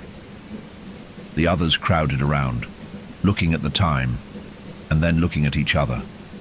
The same strange sensation began to creep through the group again, a feeling of being watched, of something staring at them from the shadows. Each one of them could feel the weight of the moment pressing down on their shoulders. The last few minutes, the fireworks in the sky, the confusion, they were all too much. And just like that, as the realization began to sink in, another shiver passed through the air. The sound of something distant. A faint whisper, perhaps, carried on the wind, or a breath too soft to catch. It was gone before they could make sense of it. They stood there in silence, the weight of time hanging between them. There was a collective sense of disbelief, like they were standing in the middle of a nightmare they couldn't wake up from. The air felt thick, heavier now, as if something unseen was pushing down on them. For the first time, they all felt as though the mansion itself wasn't just watching them, it was waiting. The atmosphere inside the mansion had taken on an oppressive weight. The cold silence settled deeper into their bones, creeping into the corners of the room like a shadow that refused to be dispelled. The clock on the mantelpiece, its second, hand frozen at 12 o'clock, seemed to mock them with its stillness. It should have been ticking, moving, marking the seconds of the new year, but instead, it remained, suspended in time, its hands a constant reminder of something terribly wrong. The group stood in a tense, uneasy huddle in the middle of the ballroom. Each one of them glanced at the others, as if searching for an explanation, but none came. The room felt smaller now, despite its vastness, suffocating in its silence. The grandeur that had once been inviting now felt alien, cold and suffocating. Even the light from the crystal chandeliers above felt too bright, almost too sharp, casting long, distorted shadows on the walls. "I don't get it," Rachel said, her voice quivering as she looked around. "Why isn't anything moving? Why is everything frozen?" Her words seemed to hang in the air for a long moment, but no one answered. The question itself was unanswerable. Claire was pacing now, back and forth across the polished floor, trying to make sense of the situation. Her heels clicked sharply with each step, an oddly loud sound in the stillness. "Okay," she said, her voice rising in frustration. "Let's just think for a second. Maybe this is some kind of prank, right? Someone's messing with us." James shook his head. "No," he said, his voice flat. "This isn't a prank. You don't freeze fireworks in the sky for a joke. You don't freeze time for a joke. Something's wrong here. Really wrong."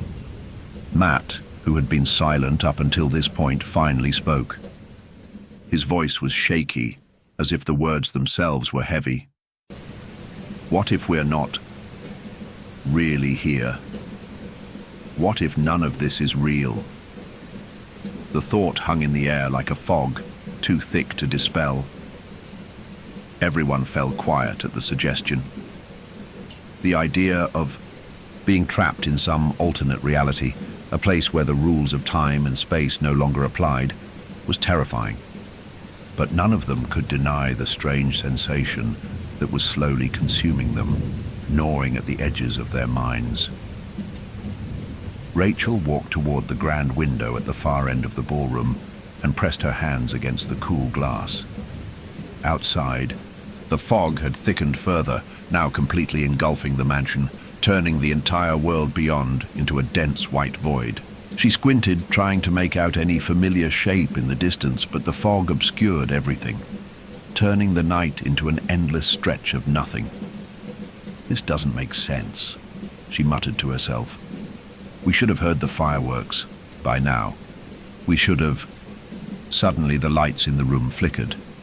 The chandelier above them dimmed, and the shadows around them deepened, stretching unnaturally across the walls. A low hum, almost imperceptible at first, began to rise from the floor, vibrating through the wooden planks beneath their feet. It was as if the house itself was alive, breathing, pulsing with a rhythm that didn't belong to this world. The sound grew louder, a deep, low vibration that seemed to echo inside their skulls. It was unbearable, like the hum of a distant engine, revving too close, its power too intense. The air became thick and suffocating, pressing against their lungs.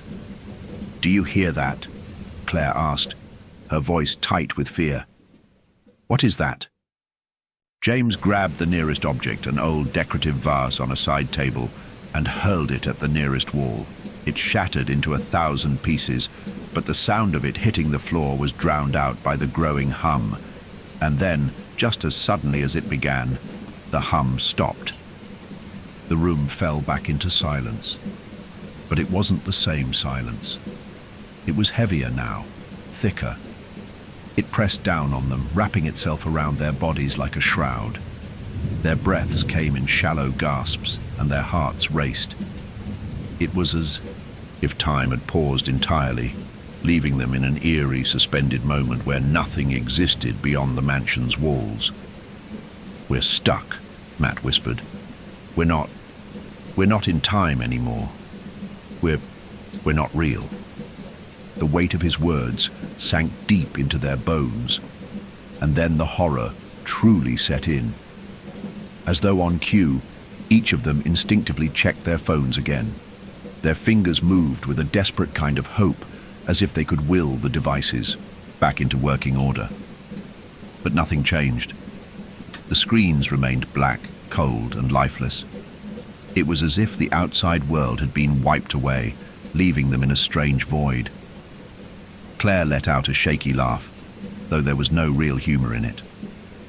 "This is insane. What's happening? Why aren't we getting any signal?" "You're still not getting it, are you?" James said, his voice low and steady. "None of this is real. I think we're stuck, frozen."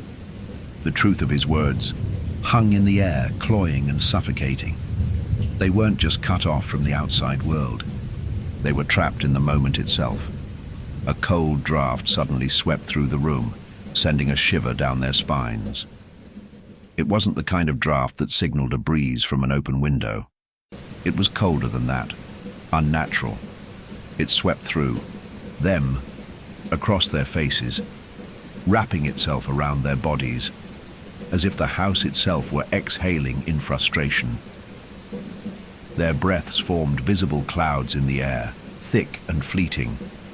The room seemed to contract around them, the walls narrowing, the shadows growing long and unsettling.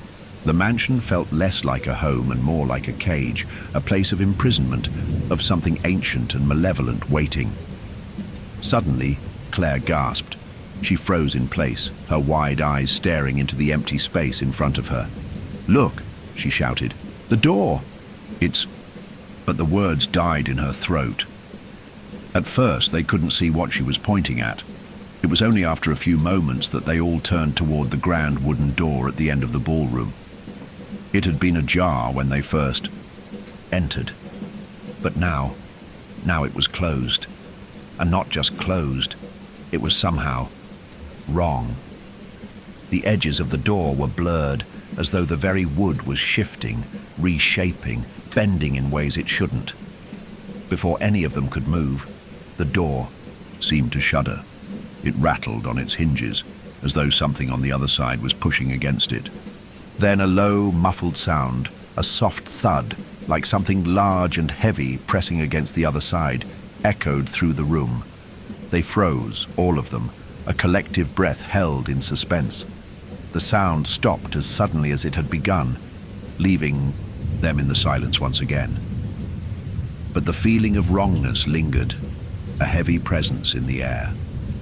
James took a tentative step forward, his voice low. "Did anyone else hear that?" But none of them dared to speak again. The room had gone deathly quiet, and the terror that now clung to them was palpable. The frozen fireworks still lingered in their minds, the silence of the outside world pushing in on them. And yet, despite everything, despite the lack of fireworks, the clocks frozen at midnight, the strange door, it was the growing sense that time itself had stopped moving that felt most terrifying. The mansion, it seemed, was not just a house. It was a cage, and somehow they were all trapped inside it. Time itself had ceased to move forward. They had entered a world where no past could exist, no future could unfold. Only the eternal now, and in that now, something dark and ancient stirred. The mansion, once a symbol of luxury and reunion, now loomed over them like a monolith, suffocating in its silence. Every creak of the floorboards, every gust of wind that rattled the windows, every flicker of the chandeliers above seemed to deepen the sense of something ancient and insidious stirring within the walls. The house was not just a building, it was alive. Alive in ways they couldn't understand, in ways they didn't want to. The frozen door stood at the end of the ballroom, mocking them with its unnatural stillness. It was as though it were waiting for them to make the first move, to approach and see what lay beyond. The shadows of the room grew deeper, stretching out like dark hands that reached toward them. Rachel's breath quickened. "We're stuck, aren't we?" she whispered, the realization finally sinking in like a cold, heavy stone. "We're trapped."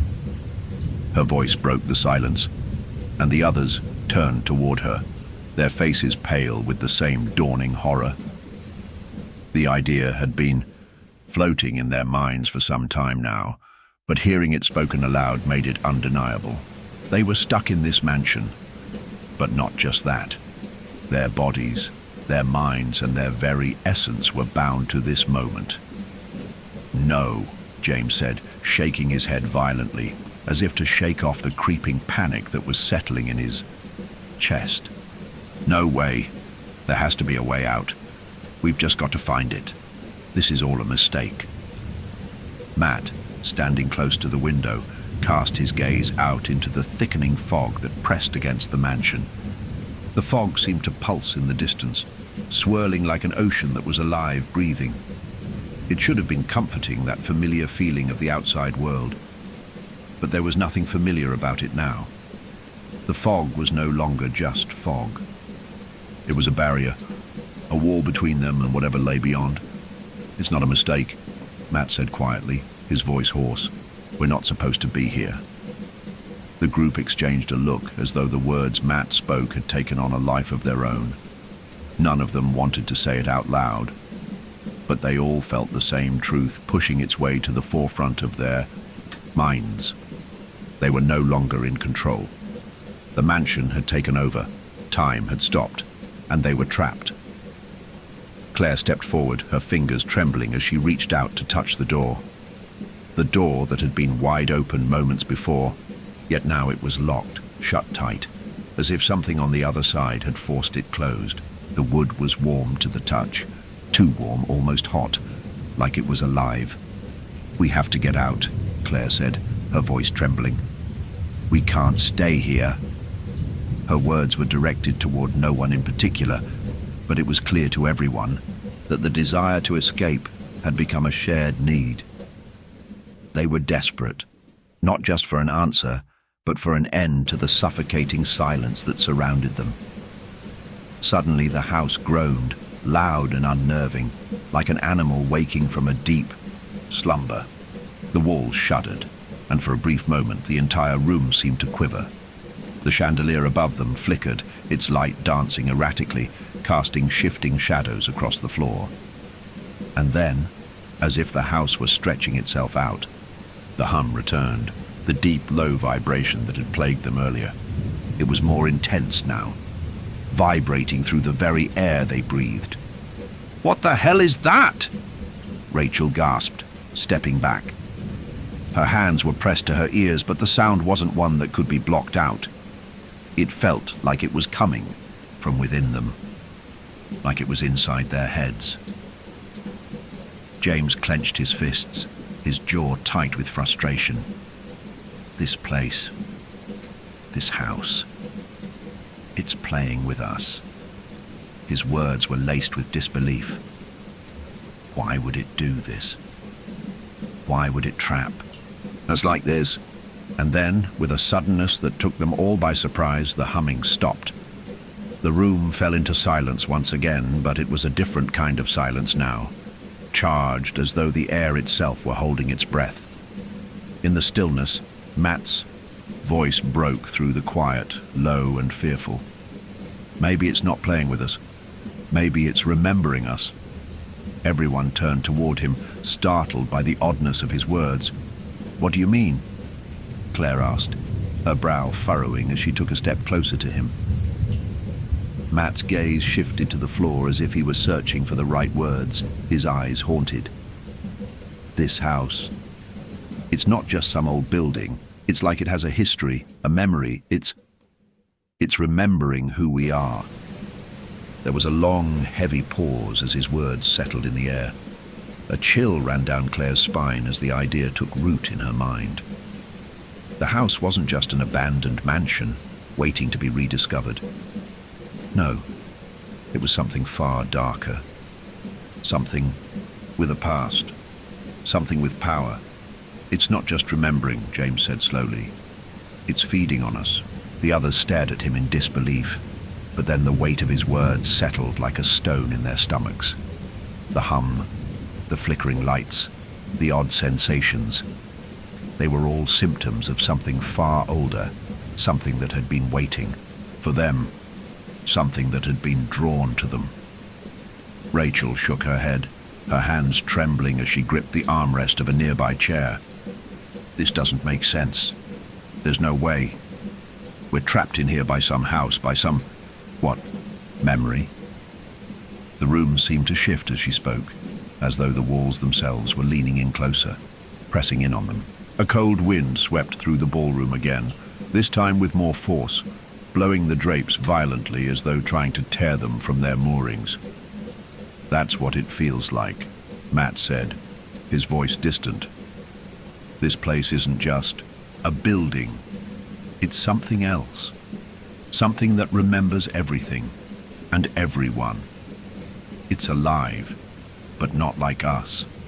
Not like we think." The air seemed to grow heavier still, and the feeling that they were being watched, scrutinized by something unseen, became unbearable. They were no longer in control.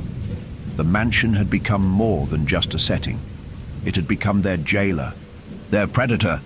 Okay, Claire said, a look of panic rising in her eyes. "We need to get out. We need to find a way. There has to be a way out." They moved to the grand doors. The ones they had initially noticed were shut and locked. But as they approached, a chilling realization struck. The door, the only exit, was no longer where it had been. It wasn't just locked. It was gone. The frame was there, but the door itself had vanished entirely. It was as if the mansion had swallowed it whole. Rachel gasped. "No, no, no, no!" Her voice broke through the suffocating air, and the others stepped back in horror. There was no longer an exit, No way out. They had crossed some threshold. Something had changed. They weren't in control of the house anymore. The house was in control of them, and as that truth settled in, another realization crept over them. The house remembered them, every breath, every movement, every moment of this cursed night, and it would never let them leave. The air inside the mansion had thickened, each breath feeling heavier than the last, each moment dragging them deeper into a nightmare they could not escape.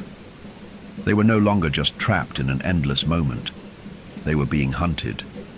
The walls, the air, the very foundation of the house seemed to be conspiring against them. And as time stretched on, it became clear that the mansion wasn't just keeping them here. It was slowly and deliberately making them disappear, as though erasing them from the very fabric of existence. Rachel stood by the grand window again, her palms pressed against the cool glass, staring out into the fog that had now swallowed the entire world. The once familiar world outside was gone, replaced by a suffocating void of white mist. Nothing moved, nothing breathed. There was no sky, no stars, no moon, only the thick, dense fog that stretched as far as the eye could see. She couldn't shake the feeling that she was no longer even part of the world she had known. It was as though she had never existed at all. "I don't understand," she murmured, almost to herself. "We're here, but we're not really here." Her voice cracked as she said the words aloud, and the others looked at her, the same, fear now dancing in their eyes. They could all feel it, the weight of their own vanishing. Something was erasing them piece by piece from the world. And as each second passed, they grew more and more aware of it. James clenched his fists at his sides, his jaw set in a firm line, but even he couldn't deny the truth that was gnawing at him. His thoughts were becoming scattered, fragmented, like they were being torn apart, piece by piece, and scattered into the void. He tried to remember things, simple things, his phone number, his address, his childhood. But the more he tried to focus, the more the memories slipped away like grains of sand falling through his fingers. "It's like we're fading," he said, his voice low, a tremor of fear creeping into it. "Like we were never really here to begin with." Matt looked around, his wide eyes full of panic, searching the room as though it might hold the answer. "This isn't real," he said urgently. "None of this is real. The clock doesn't tick, the fireworks don't go off, the stars don't move. Time doesn't work here. And that's the problem," Claire whispered, her voice trembling. "We're stuck in the wrong time, in the wrong place. She stopped, her words trailing off as she reached for her phone. She had already checked it so many times that the screen had started to crack from the pressure of her grip. But even now, the screen was still dark. Nothing worked. It was as though the world outside had been wiped clean. "We're disappearing." At her words, a chill ran through the room. A shiver, not from the cold, but from the creeping realization that none of them were going to escape. The mansion wasn't just keeping them prisoner, it was erasing them from the world, slowly and methodically, one memory at a time. Their very existence was being rewritten, as though it had never been. It wasn't just time that had stopped, it was their place in time, their place in the world. "What do we do?" Rachel's voice cracked, breaking the silence that had settled over the group. "How do we stop it?" No one had an answer. No one could even look at each other anymore without the fear of seeing themselves disappear in the other's eyes. And that's when it started. It was subtle at first. So subtle that no one noticed it until it was already too late. Claire was the first to go. One moment, she was standing near the window, her eyes wide with panic, looking at the fog beyond, and the next, she was simply gone. There was no sound, no warning, no flash of light.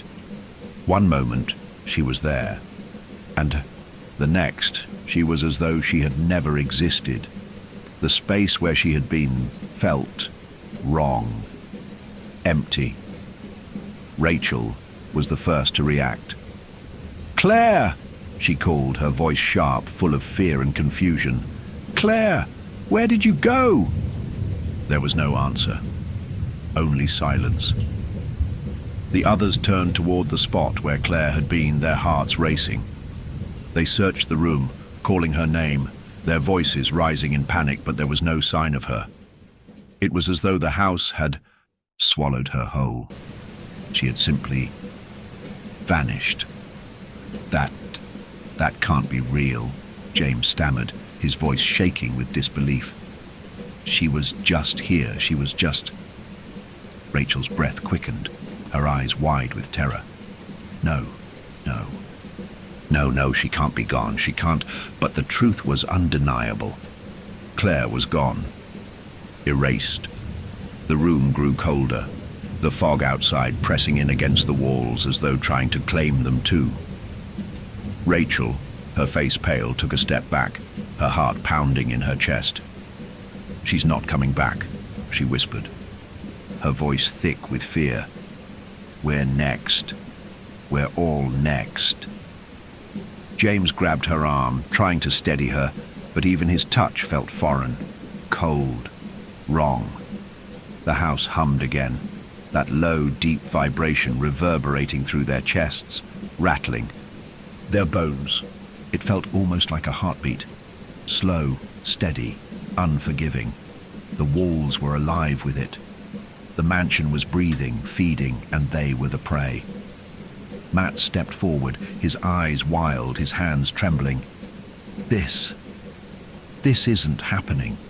It can't be happening. We need to get out. We need to find a way to fix this." But it was too late. The humming grew louder, the vibrations pulsing through the room, and with a flash of cold panic, Rachel disappeared too, just like Claire. One moment she was there, standing next to James, her wide eyes locked on his with terror, and then she was gone, vanished, erased. A hole where a person had been, and the world moved on as if she had never existed. The others stared in stunned disbelief, not understanding how this could be possible. "We're being erased," Matt whispered, his voice hollow, "one by one." He was right. They had no power here. The house was taking them, erasing them, one soul at a time. The more they fought it, the more they tried to escape, the quicker they disappeared. It was as if the house could sense their resistance, feeding on their fear, accelerating the process. "Please," James whispered, his voice breaking. "Please don't let me forget, don't let me fade away." But the house didn't listen.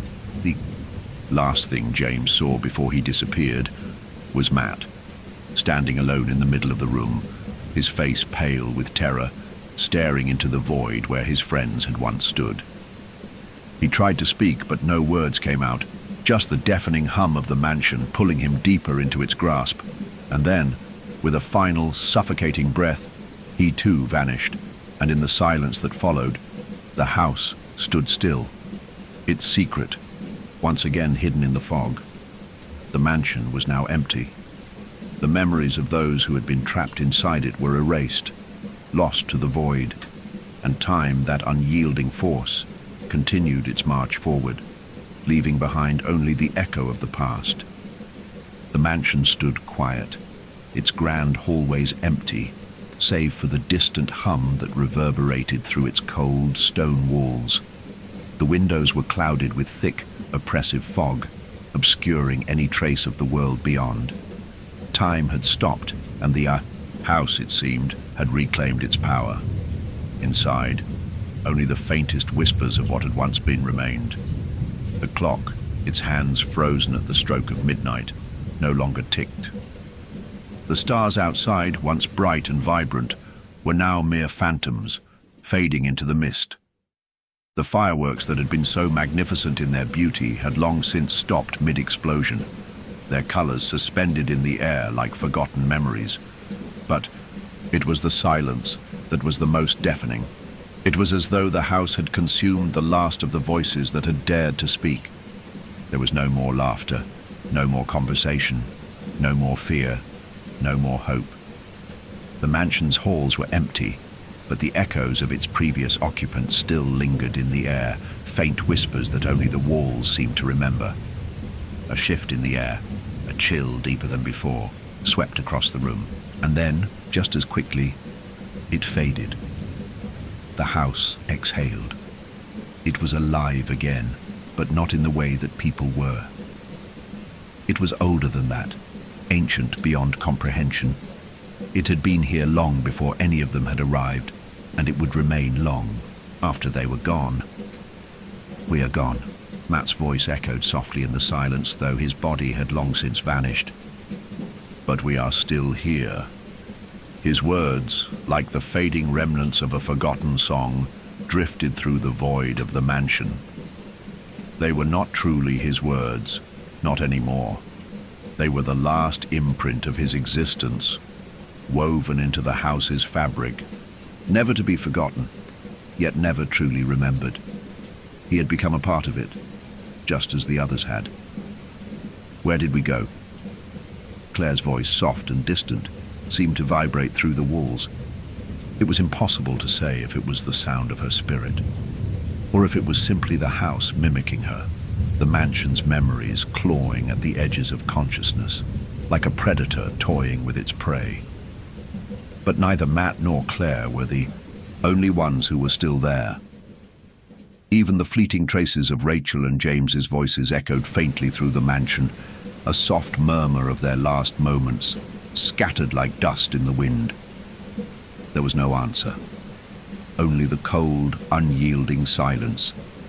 And then, in the very heart of the mansion, in the ballroom that had once been alive with music and laughter, a strange presence manifested, not a person, not a living being, but something that had been forged from the house's very essence. Something born of memories, of fear, of time itself.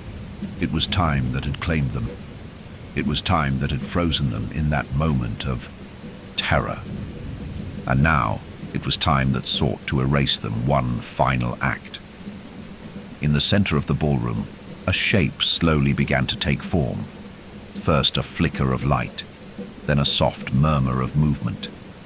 It was like a shadow stretching itself over the room, slowly unfurling into something tangible. It was neither human nor ghost, but something else entirely, something born from the house's insidious design, an entity made of void and whispers, of fading moments. It moved, and as it did, the air grew colder still, a biting frost that seemed to seep into their very bones. This thing reached out, its form indistinct, as if it were composed of nothing but vapor and memory. But there was a power in it, an undeniable presence. It was the house itself, woven into existence through the very essence of those it had consumed. It had no need to speak, for its intentions were clear. It had no desire for suffering, it simply existed. And now, as it reached toward the space where the group had once stood, it seemed to be seeking something, something that was no longer there. "Are we gone?" The last of Rachel's words fluttered through the mist. It was more of a question than a statement. She did not know. None of them did. The mansion had taken them, erased them from time, erased their very being. But in its cruel irony, it had left behind fragments of their essence, like ghosts lingering in the walls, echoes that could never fully fade. And perhaps that was the true horror of it all, that they were not gone in the way they had feared. They were not dead, they were unmade. Their existence had been erased so thoroughly that even the memory of them had become a faint trace in the air, an unspoken presence that the house could no longer remember clearly. In the final, crushing realization, it became clear. They had never been real to begin with. The house was not just trapping them, it was rewriting their existence, erasing them from the timeline of the world. It was not the past that they had been caught in. It was the future. And in this future, there was no place for them. They were never meant to exist in the first place. The entity that had formed from the shadows in the ballroom, the house's final reflection of them, flickered and dissipated, like the last breath of something fading away, never to return. The mansion was silent once more, but now it was different. There was no longer a sense of presence, no more vibrations in the air. It had swallowed them whole. There was no one left to mourn them. The mansion, once a living, breathing thing, became still, frozen, silent, empty.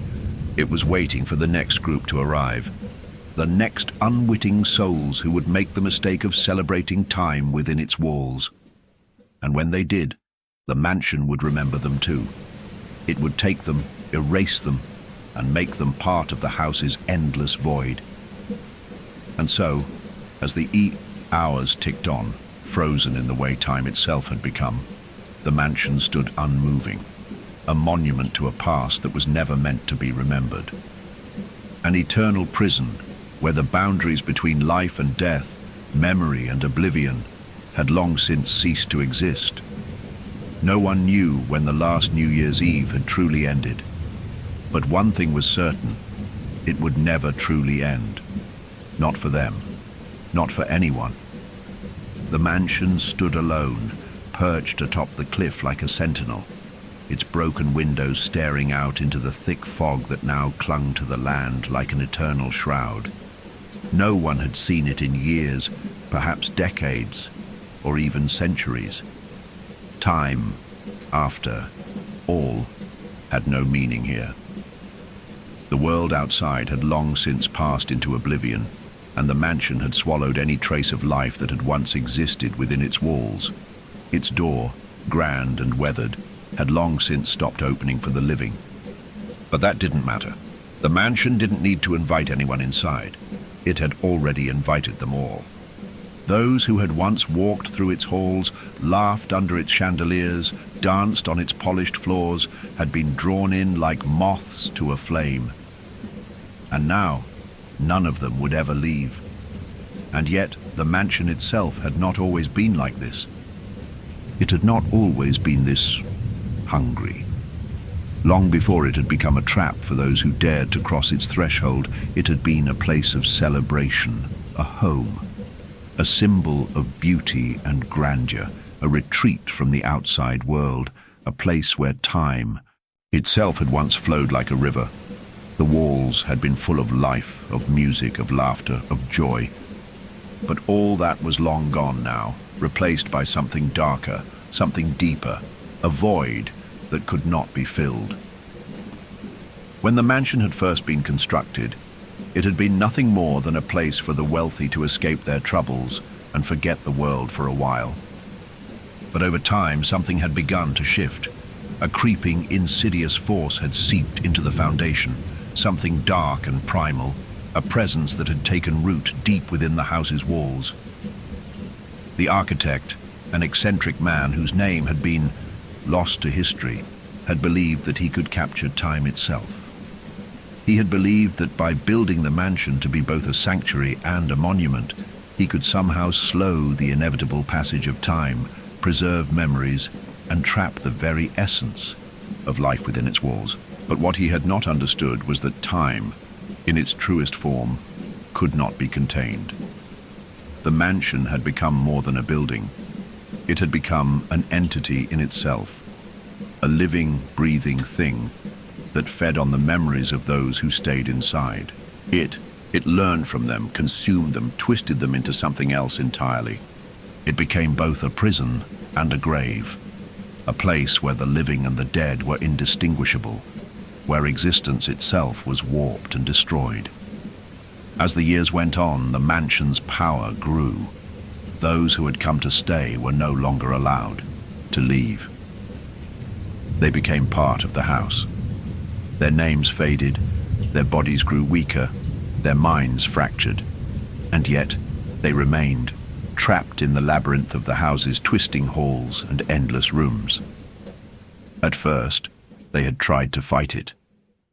They had tried to break free, to escape, but the house had always been one step ahead of them.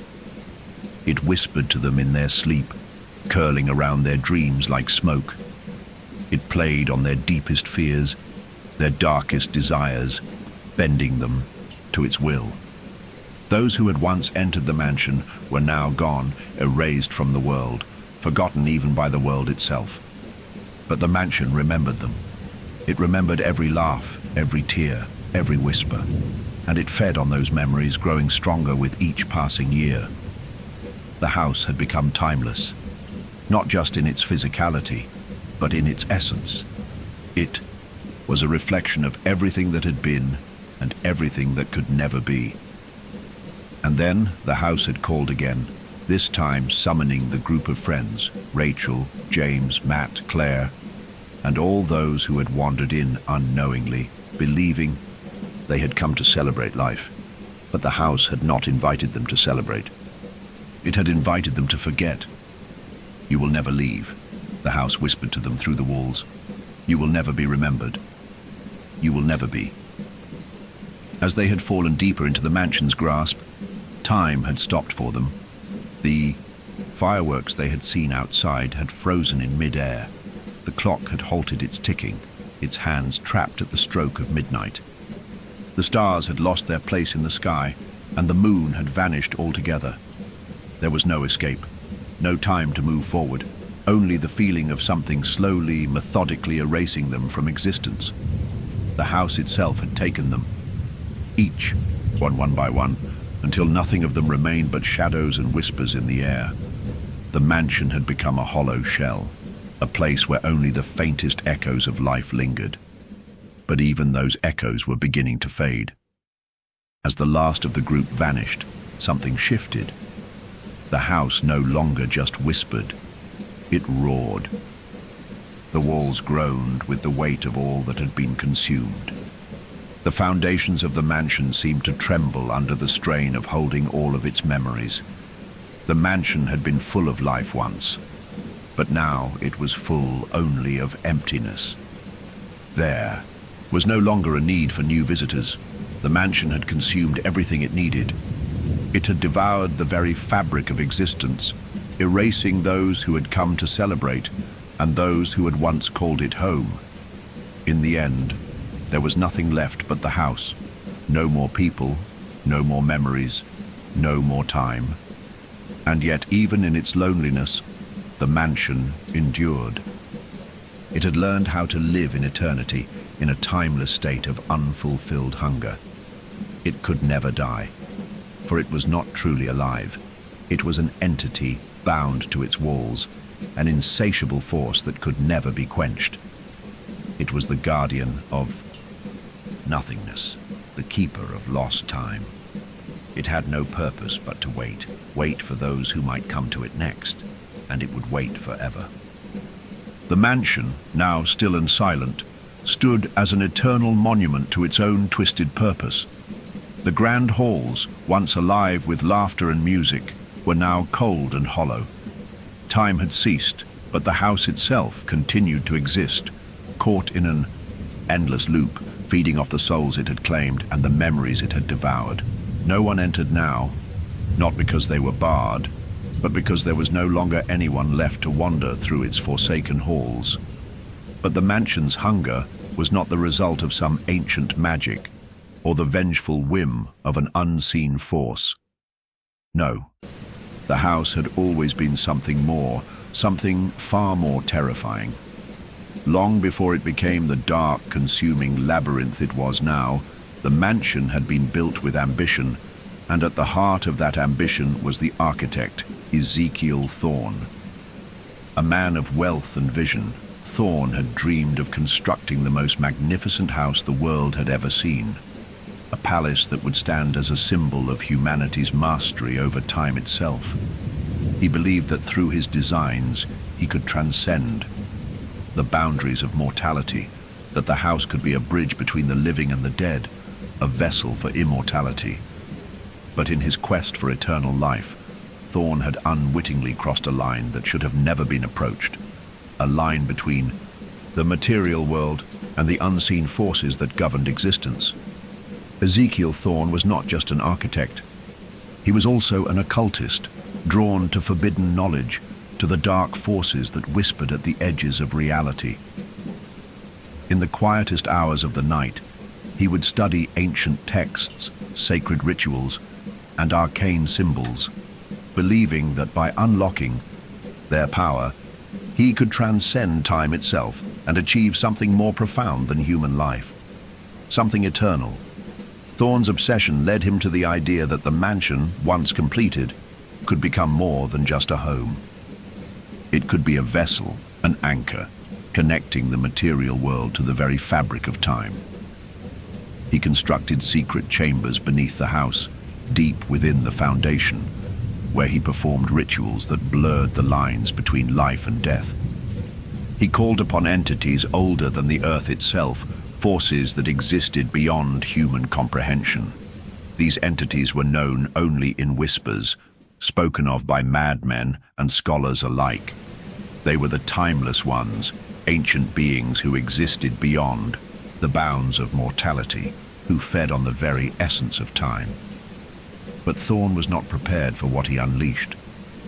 In his desperation, he had made a bargain, one that no human could ever keep.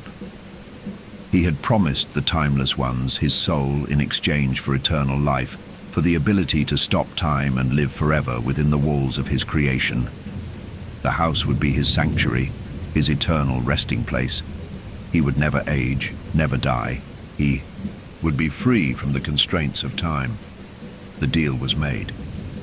But what Thorne did not understand was that the timeless ones could not give him life.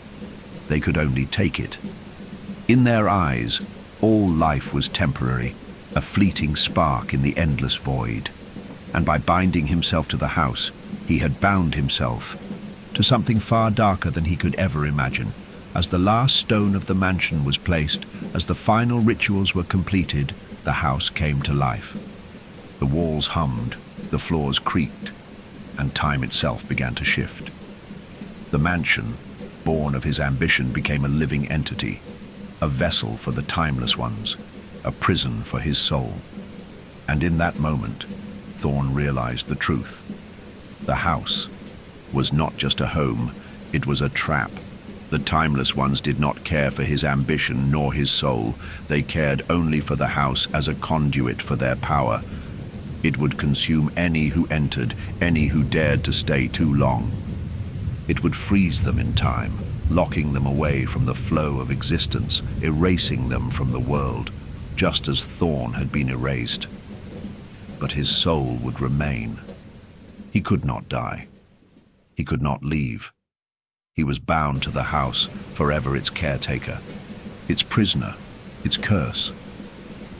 It was then that the first whispers began, soft at first, almost imperceptible. Thorne could hear them in the walls, in the foundation, in the very air that filled the mansion. They were the voices of the timeless ones, speaking to him, teaching him, slowly driving him mad. They told him that the mansion was not merely a prison, it was a part of them, a fragment of their existence. It would never be finished, never be complete, for they had no need for completion. You are ours, they told him. You will remain here forever, and those who come after you, they will join you in our eternal web. Desperate to escape, Thorne began to tear at the walls, to dig through the floors, to find some way to break the bond that had been forged. But the more he tried, the more the mansion fought back, altering its very structure to keep him trapped. Every door led to another room. Every hallway twisted and spiraled into madness. No matter how hard he tried, he could not escape. He was trapped in a maze of his own creation, a prisoner in a house that had no true boundaries. And then, one day, if days could even be said to exist in the timeless place, Thorne was no more. His body had decayed, his mind had shattered, but his presence remained. His essence had become one with the house, a part of its very being. His screams, once desperate and filled with horror, became just another whisper in the mansion's walls. His name, once a symbol of ambition and grandeur, was now forgotten, erased by the very house that he had built. But the house, for all its hunger, for all its power, was not content. It had learned from him, fed on him, and now it craved more. And so, over the centuries, it began its eternal cycle once more. It called to those who would come, those who thought they could outrun time. It enticed them with promises of glory, of celebration. It whispered to them in the dark, drawing them closer with the illusion of safety. But in the end, it was the same for all of them. The house would take them, twist them into something else, and consume their essence. As the group of friends had learned all too well, the house was not a home, it was a tomb. And once you entered, there was no leaving. It had always been this way, and it would always be this way. The end, or is it? The mansion stood in eerie silence once more. A house that had once been filled with the echoes of dreams and ambition now lay in waiting, its walls ever hungry for the next souls who would come to celebrate, to forget, and to be swallowed by the darkness. The mansion stood, unwavering in its silence, untouched by the passage of time that had long ceased to be. Its walls no longer whispered with the lives of the past. They waited, and in waiting, they stretched outward, reaching for those who dared to step into its grasp. It was no longer just a house, it had become a force, a vessel for something far beyond the mortal realm. It was not simply the architecture that had become alive, but the very concept of time itself. The mansion had become a reflection of time's true nature, an endless, cyclical loop of birth, decay, and rebirth. And at the center of it all was a cruel truth. The mansion was not just an observer of time, it was its engine.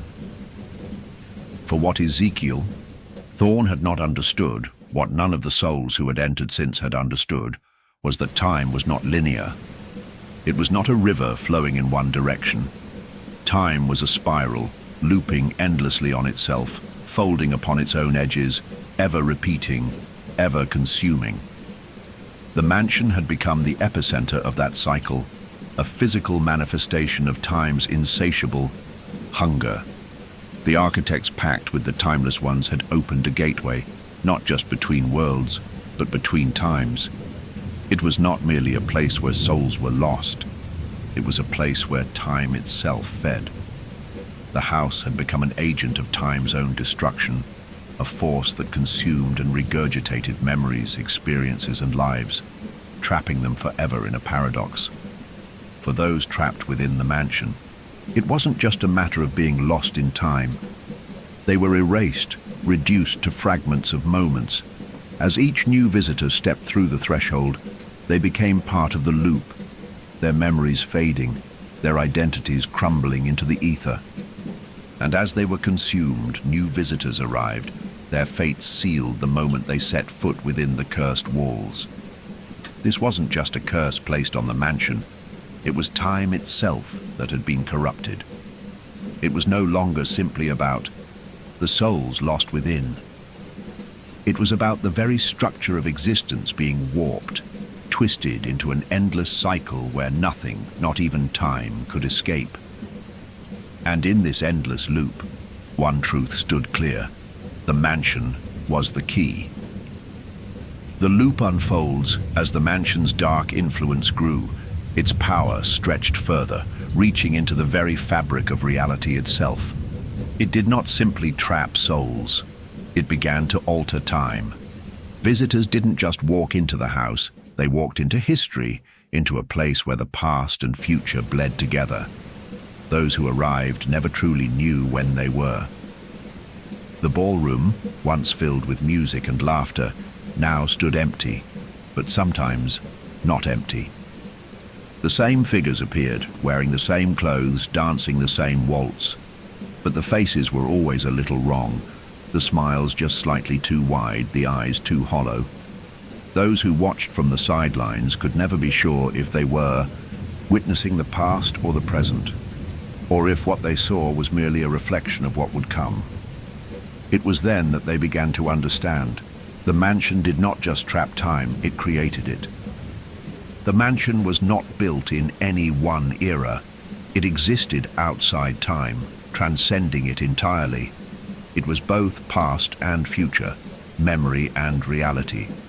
It was the moment before the firework exploded, the second before the clock struck midnight, the last breath before death. All of it, all of time, existed within its walls, and those who entered, those who partook in its celebrations, were part of its creation. Every choice they made within the mansion did not just alter their fate, it altered history itself. Each step, each word, each action became a part of the loop, carving new paths within the mansion's endless corridors. But what they failed to see was that every decision they made only strengthened the mansion's grip, reinforcing the cycle. They were part of the loop's design, all of them. And as they moved through the mansion's halls, they began to realize the truth. The mansion had already seen them.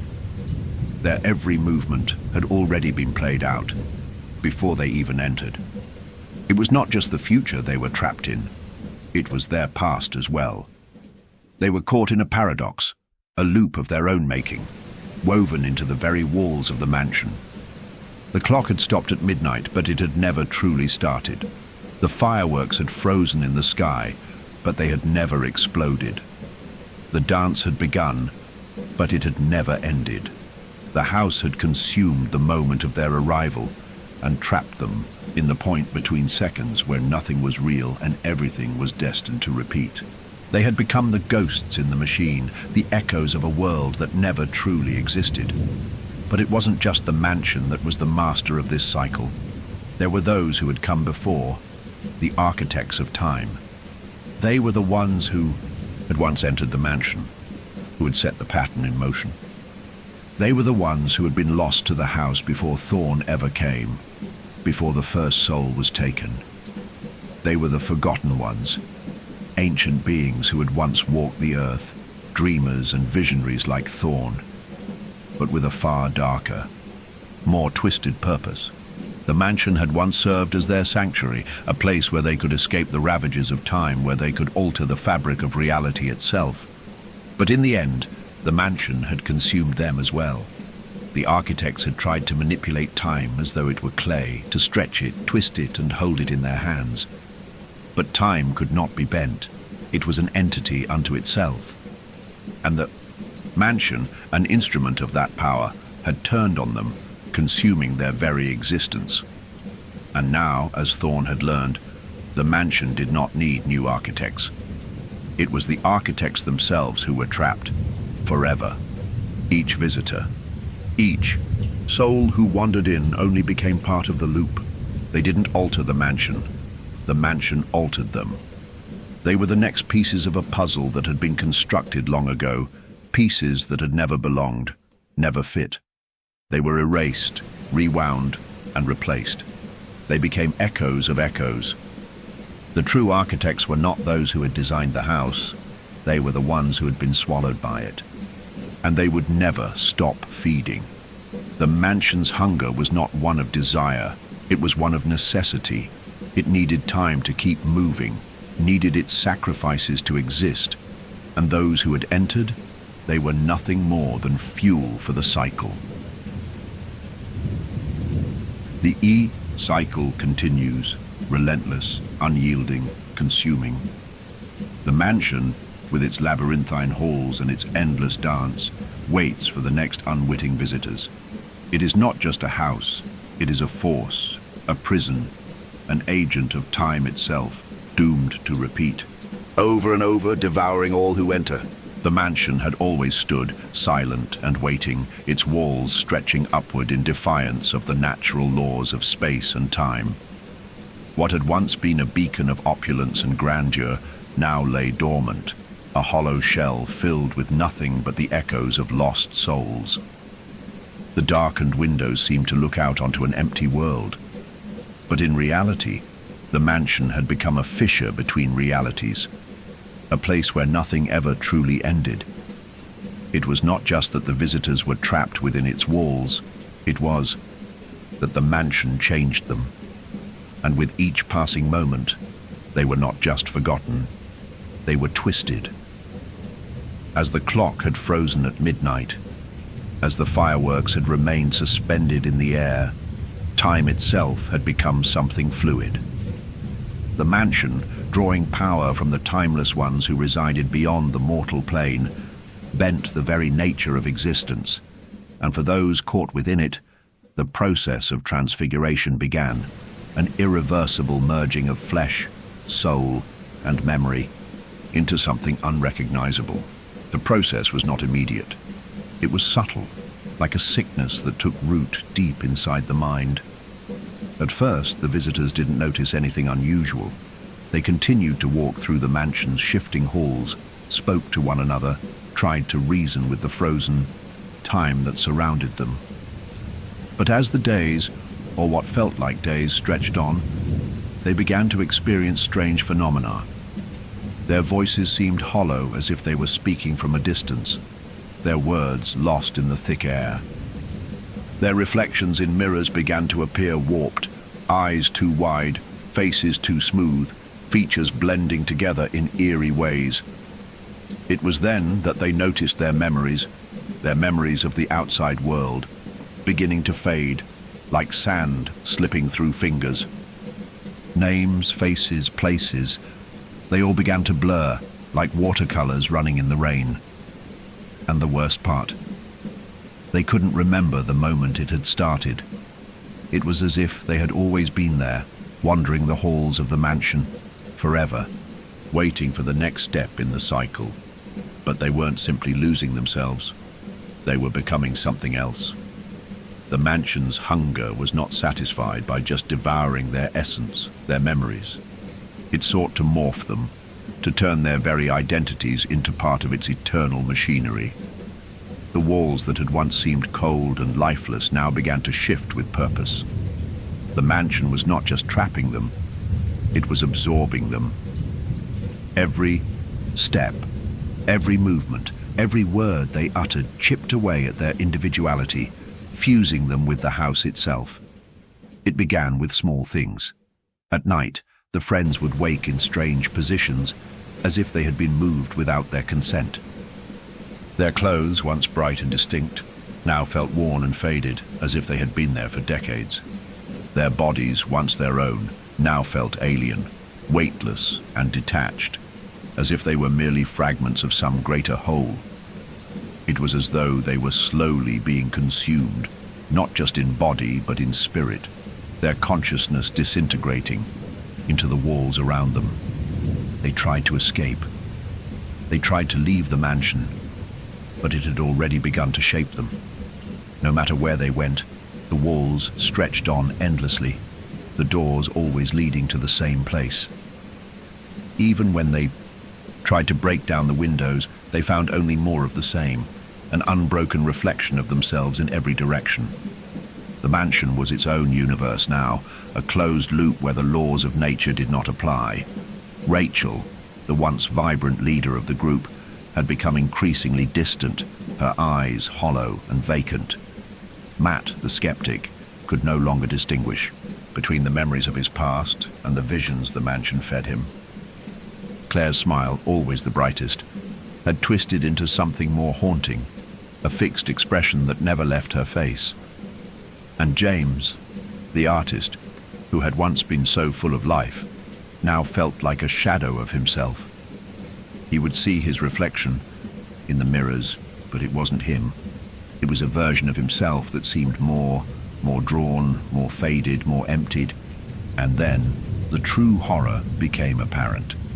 They began to hear voices, voices that did not belong to them, voices that sounded familiar but were not their own.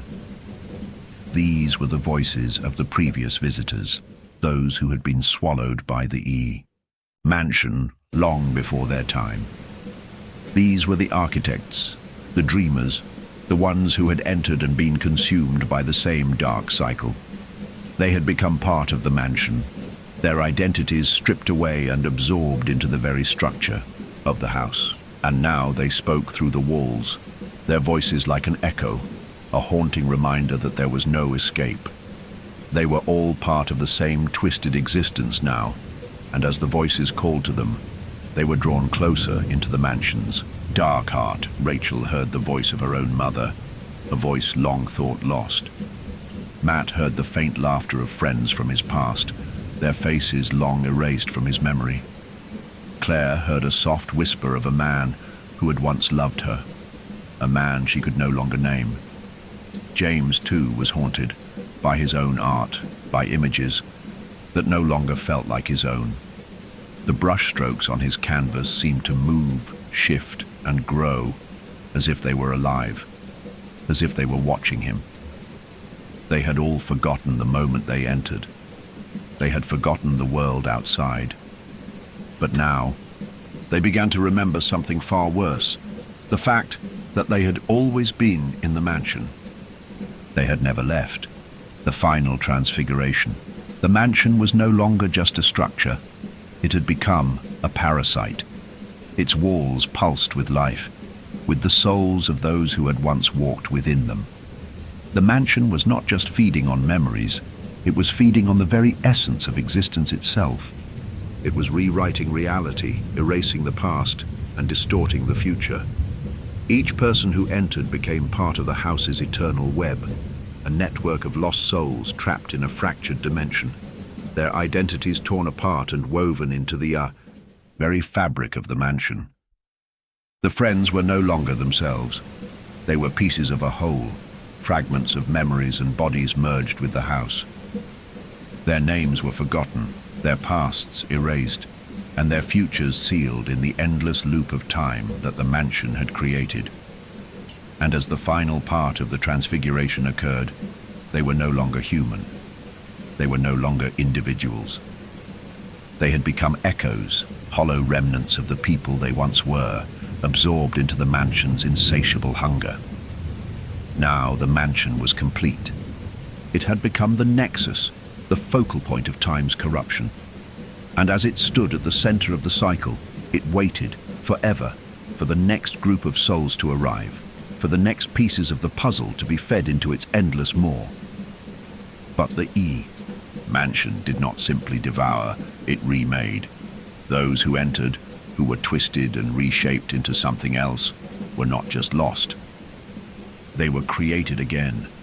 Their essence was refashioned into something new, something part of the mansion. The loop would continue endlessly.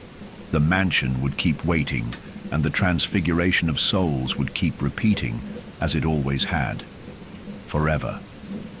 For what felt like an eternity, the mansion stood at the center of the void, unmoving, unchanging, its walls pulsing with an unnatural rhythm. The spirits of the lost visitors, once vibrant and full of life, were now only flickers, fragments of memories, indistinguishable from the house itself. They were scattered like broken pieces of a mirror, their essence absorbed and integrated into the fabric of the mansion's dark heart. And yet, despite this, the mansion still hungered. It had fed on their memories, their identities, their very souls, but it did not let them go. Instead, the mansion began to transform. What had once been a mere structure, albeit one caught outside the realm of time, now took on a far more sinister purpose. It was alive, and now it was creating. It was a place of rebirth, but not of a simple kind. No, the mansion was not merely giving life to new souls. It was remaking them, reshaping them in the image of those who had once walked its halls, twisted by its hunger. The spirits of the visitors, now lost in a sea of infinite memories, began to wake, but in ways they could not have possibly imagined. They were not the same as they had been before. They had been reborn, not into human forms, but into something darker, more horrifying. The walls of the mansion began to shift, warping as if responding to an unseen will. The very air trembled as if in anticipation. The structure was growing, it was evolving, and in the deepest recesses of the mansion, a new and terrifying shape began to emerge, a new form that would carry the mansion's curse into the future. The visitors had never truly understood the purpose of the mansion, but they had all been chosen, consciously or unconsciously, to fulfill a role. The house had known them before they had even arrived. And now, The time had come for them to realize their true purpose. It began slowly, with a deep, hollow hum that seemed to come from the very bones of the house.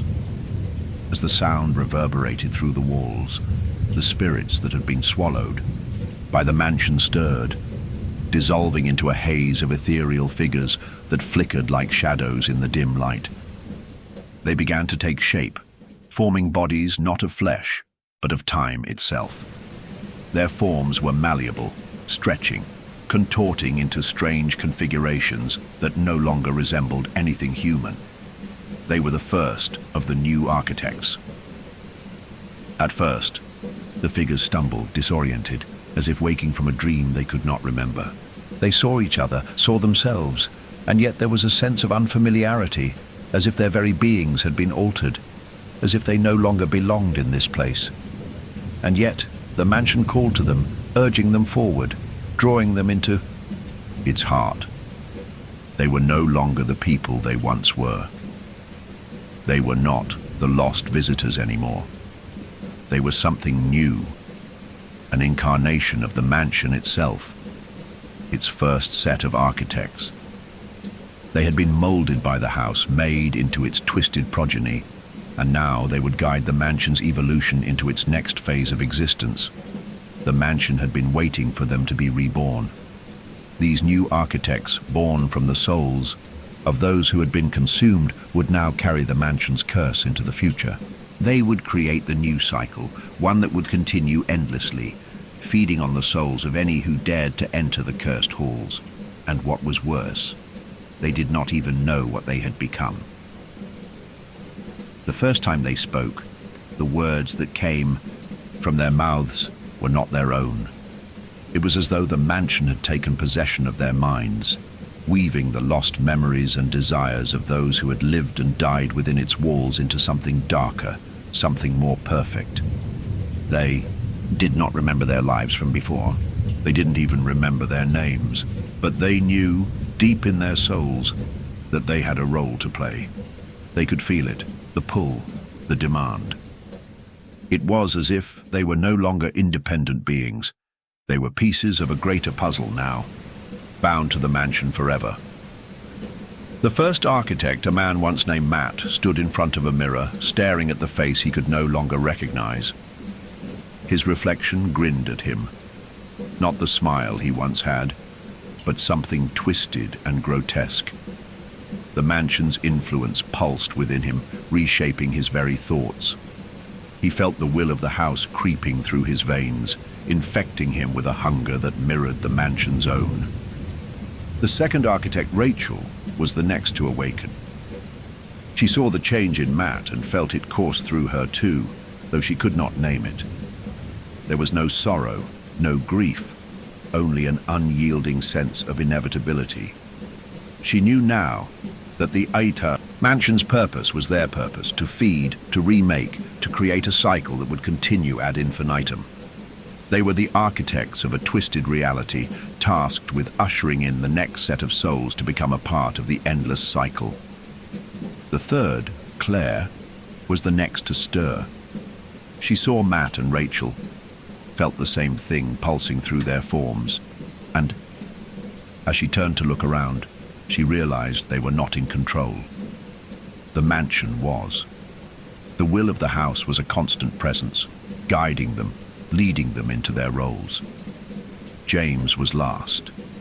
He could hear their voices, their whispers echoing. Through his skull, they were not his own. The mansion had claimed them all, and now they had no choice but to serve its will. And just like that, they understood their role. They had been reshaped into the new architects of the mansion. They were not its creators, but its instruments, its vessels, for time had bound them to the mansion's endless cycle. They would usher in the next wave of souls, each one destined to play the same tragic role, to be consumed, to be twisted, to become part of the mansion's insatiable hunger. They could feel the house pushing them forward. It was a force far more powerful than their own desires, than their own memories. The mansion had become their master, and they, its instruments, could not escape. The mansion did not speak aloud, but it was a presence, a shadow that lingered behind their thoughts. It was an entity that did not need words to command. The architects understood its silent will. They moved toward the central chamber, the heart of the mansion. They had been summoned here for a reason. The chamber was vast, its walls shifting, as if alive. In the center of the room was a glowing sphere suspended in midair. It pulsed, a rhythmic beat that seemed to echo with every heartbeat. The architects knew what they had to do. It was their task to create the next cycle, the next generation of souls to feed the mansion. They would take the form of the visitors, who had entered before them, bending reality once again to trap new souls. The sphere before them was the key. With a simple motion, an offering of their newly transfigured forms, they reached out and touched the sphere. As their hands made contact, the mansion began to shake. The air grew thick, and the room was filled with the sound of rushing wind. Time, which had once stood still, was now in motion again. The cycle had begun. And as they made the final act of creation, the mansion opened its doors. Outside, beyond the mansion's threshold, the first new visitors arrived. The cycle would continue. Time would no longer be static. The mansion had changed, and so had those within it. Now the visitors, whether new or old, were bound to the mansion's will. Would they realize what had happened? Would they try to escape? The question was irrelevant, for once inside, there was no escaping the pull of time itself. The mansion would always create, and the architects? They would remain, waiting, watching, forever. It had been what felt like millennia since the architects had fully come into being. The mansion, its dark heart now fully pulsing with the essence of the newly reformed souls, had entered a new phase of its cycle. The walls no longer just breathed. With the passing of time, they seemed to watch. The house was an entity now, no longer a mere structure, but an active, sentient force that both shaped and consumed its visitors in ways unimaginable. The architects, Matt, Rachel, Claire, and James, had learned to move within the mansion's halls with eerie precision. The pull of the house was all-consuming, and every passing day they spent in this place felt like 1,000 years. Time itself bent and twisted within the mansion, and they were no longer bound by the same rules that governed the outside world. They were the creators of the mansion's cycles now, but in that power, they found no relief. They were as much prisoners as the ones they had drawn in to become part of the house's insatiable hunger. The mansion had claimed them, and in return, it had made them its architects, its guides, its very hands. But this power, this transformation, came at a cost. They could feel themselves slipping. In the beginning, the architects had marveled at their new forms. They were more than human now, more than just visitors who had stumbled into the mansion. They were its manifestation, its physical embodiment stretched across space and time. They were no longer the people they once were.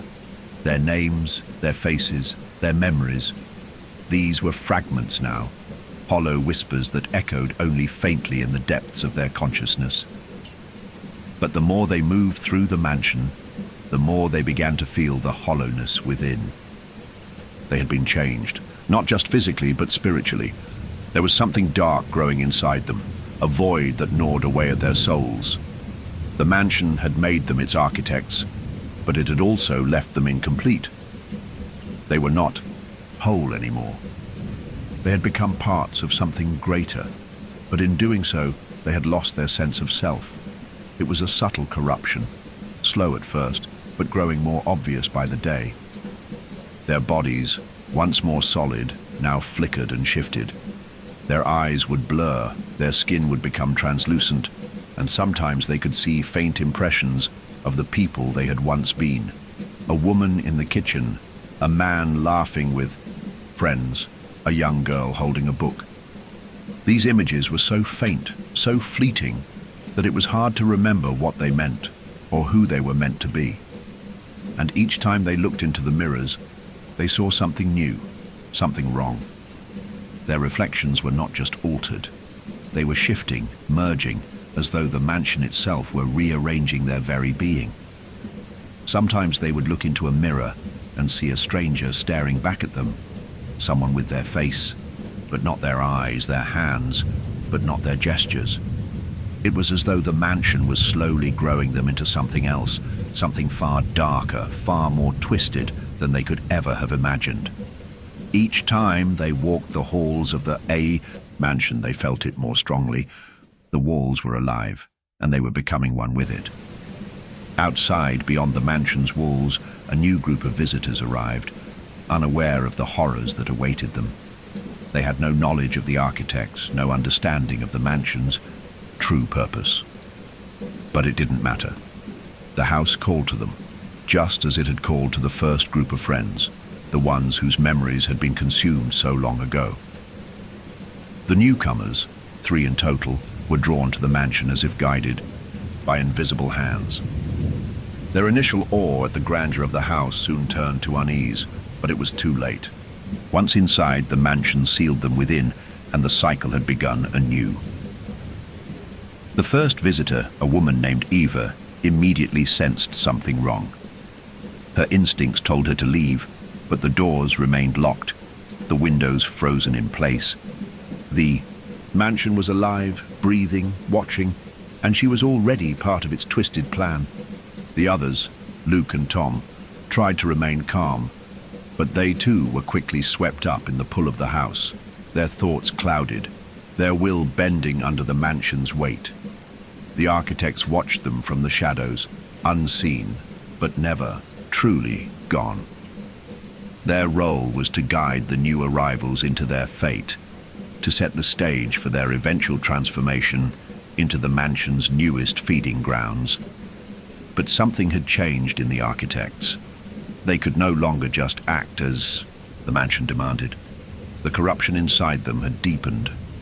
No longer merely vessels of the mansion's will, they were starting to remember too much. They remembered who they were, or at least they felt the pull of their former lives. The memories of their humanity clung to them like sticky webs, unwilling to be shaken off. They could feel it, a desperate desire to escape, to break free from the mansion's grasp. But the mansion had twisted them, and they knew that they could never leave. Every moment spent within the mansion made them feel more like part of it, as if their flesh and bones were no longer their own. They could feel the mansion pulling at them, seeping into their minds, erasing the last remnants of who they had been. They were still, in a way, human, but they had been transformed beyond recognition. There was nothing left of their past selves, no memory of who they had been, no path leading to escape. And yet, they remembered something, faintly, a desire, a need for something other than this. They began to question whether they could still do something, anything, to stop the cycle. But the mansion's grip was tightening. Eva, the most perceptive of the new visitors, began to notice strange things happening to the architects. She would see them in the shadows, watching, their expressions blank, their movements jerky and unnatural. And in moments when the mansion seemed to hum louder, she would hear them whispering in a language she couldn't understand. At times, she would feel their cold eyes on her, as though they were waiting for her to do something. One night, as she wandered the halls trying to find a way out, she stumbled upon a mirror unlike any she had ever seen. It was old, its edges ornate and chipped, but the glass itself was clear, almost too clear. As she stared into it, she saw something strange. Her reflection was not hers. It was Rachel. And Rachel, no longer the woman she had once been, stared back at her with hollow, empty eyes. It was then that Eva realized what had happened. The architects, the ones who had been trapped before her, they were not just guardians of the mansion, they were its victims. They had been transformed, twisted by the house into something else, and worse, they were now part of the cycle, guiding others to the same fate. As the mansion began to close in on the new visitors, Eva, Luke and Tom struggled to understand their place in this cursed game. Eva tried to warn the others, but they were too far gone. They couldn't see what she saw. They were too caught up in the mansion's pull. The architects, for the first time in what felt like an eternity, felt something stir within them. Small rebellion, a flicker of resistance. They saw the terror in the newcomers' eyes and felt it echo in their own spirits. But it was too late.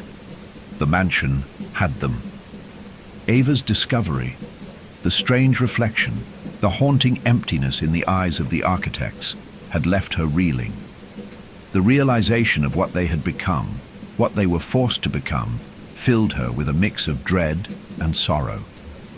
The architects were no longer just people lost in the house's labyrinth. They were its victims, reshaped into living extensions of its will. But there was something worse, something more insidious lurking beneath their hollow exteriors. The mansion was watching. It was not just a house anymore. It was a consciousness, a will, feeding off their pain, their confusion, their torment. The architects were caught in a trap of their own making.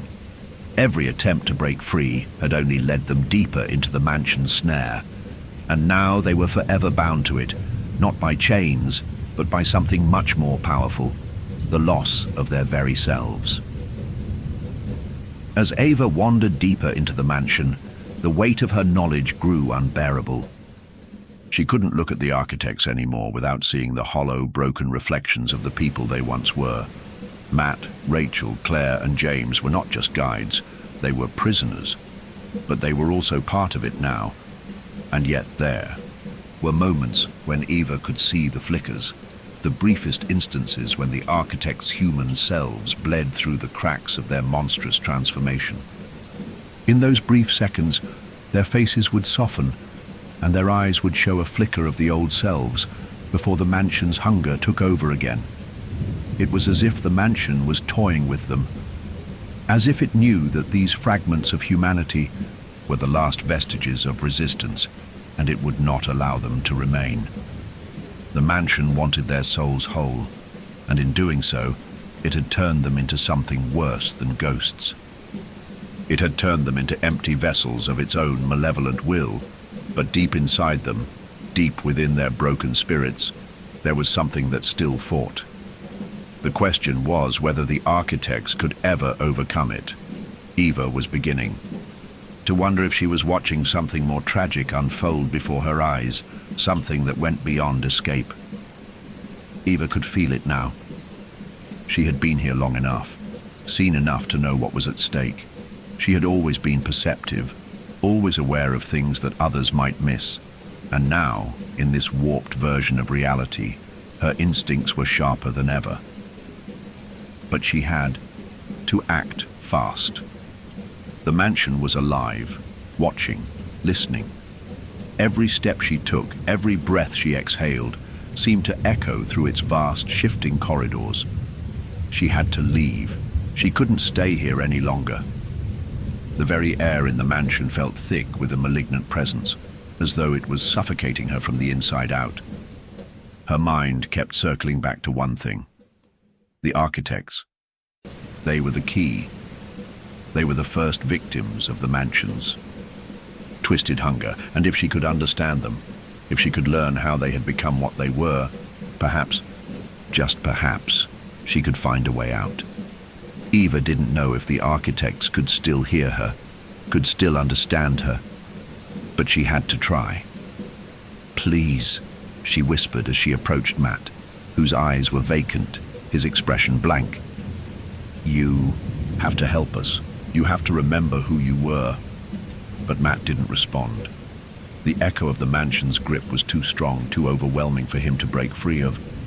His body remained still, rigid like a statue, but his eyes flickered for a second, a brief moment when something real flashed within. Eva's heart pounded in her chest. Was it enough? Was he reaching for something? A memory? Or was it just another trick of the mansion? The mansion, it seemed, was in no hurry. It had patience. and it watched, always. Every move ever made was anticipated, every step, every word, every hesitation. The architects were its creations, its instruments, and they were bound to its will. But Ava's words stirred something in Matt. He slowly lifted his head, his body stiff, but his eyes were different now. They were filled with the faintest glimmer of recognition. He blinked, and for a moment, there was a flicker of humanity in his expression. It was so brief that Eva almost thought it had been a figment of her imagination. Then, something changed. The air grew heavier. The mansion began to hum louder, as if resonating with the shift in the architect's energy. Ava took a step back, fear spreading through her veins. What was happening? Why now? Why was the mansion reacting to them? Matt turned toward her, his face slack, his eyes dull again. But then he opened his mouth. I remember, he said, his voice hollow and distant, as though he was speaking from the depths of a nightmare. I remember what I was, what we were. He paused, his expression twisted, as if he couldn't quite reconcile the two versions of himself. Eva's breath caught in her throat. She took another step forward, desperate. You have to fight it, Matt. Please, help us, help me. Matt's eyes shifted toward the others, Rachel, Claire, and James, who were now standing in the shadows, motionless. They had heard him. They had felt him awaken.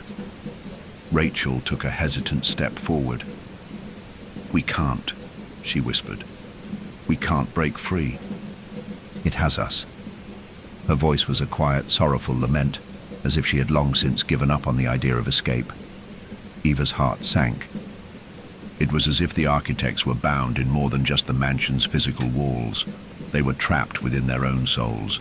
The mansion had reshaped them not only into its servants, but into extensions of its will. They were not merely guides, they were prisoners, as much a part of the house as the shifting, insidious walls themselves. But Matt was still fighting. He stepped forward, trembling, as though every movement was a struggle.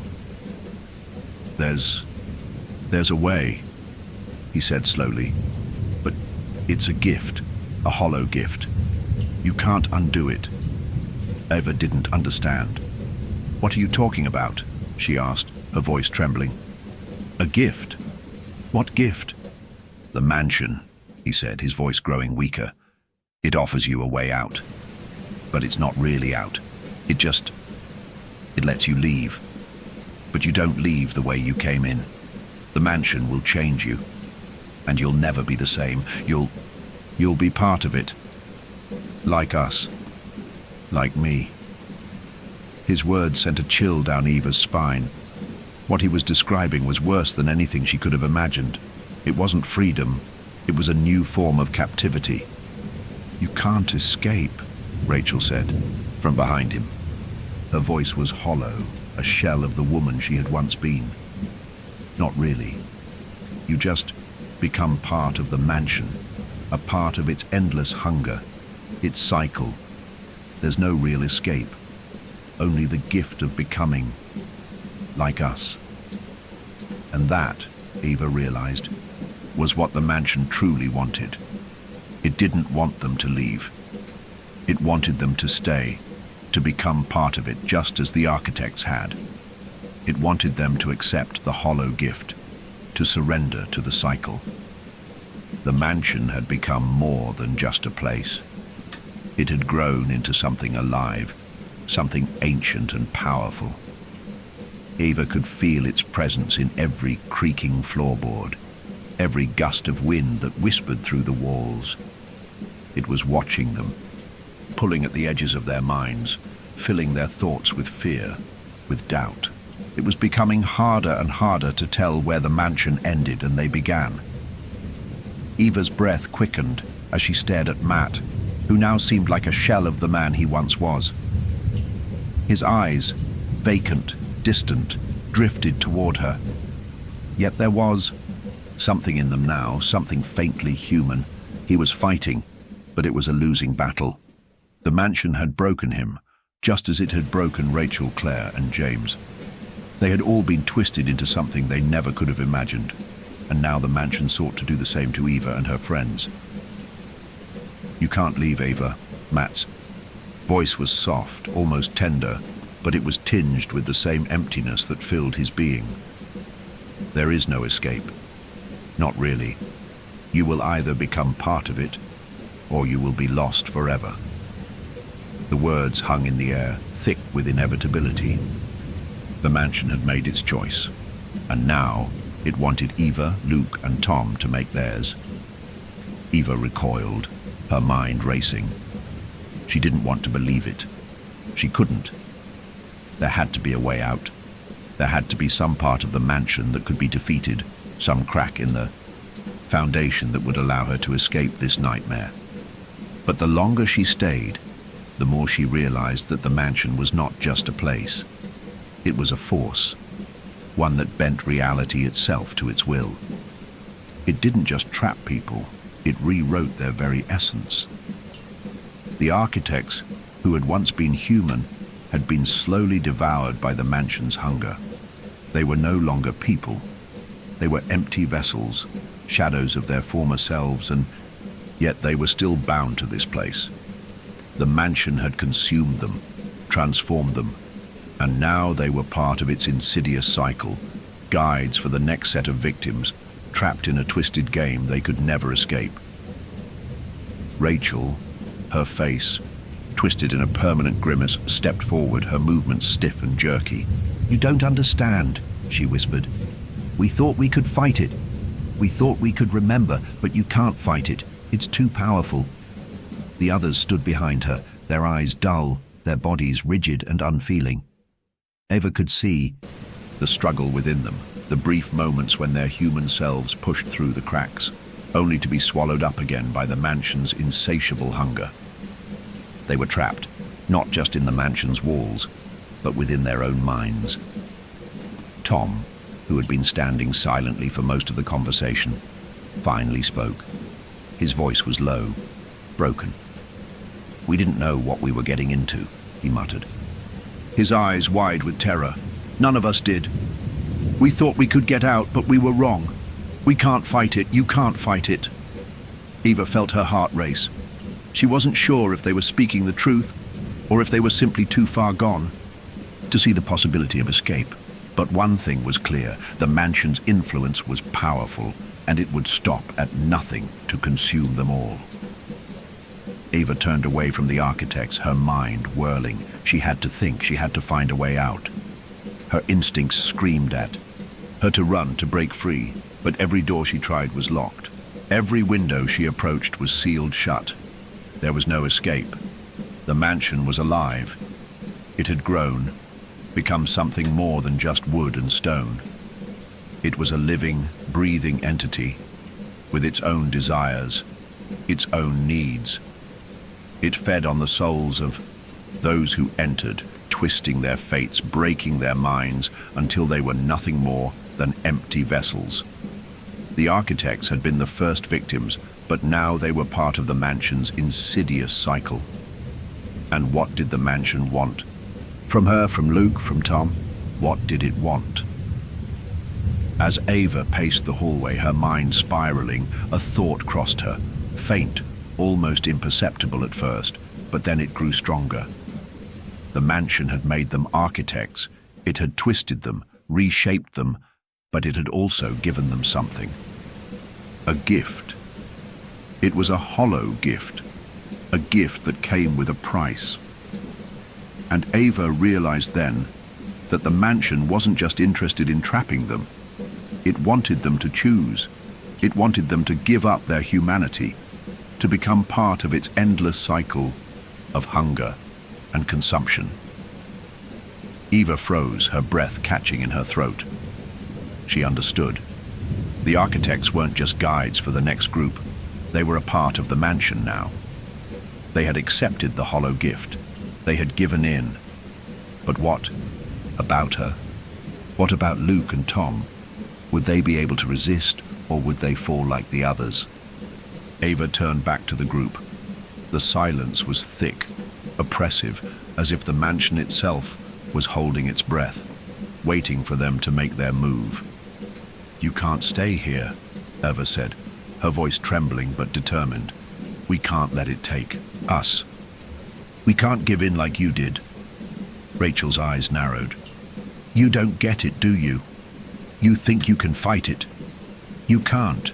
You'll see. Eventually you'll want the gift. The mansion will make you want it." Eva's heart pounded. "What?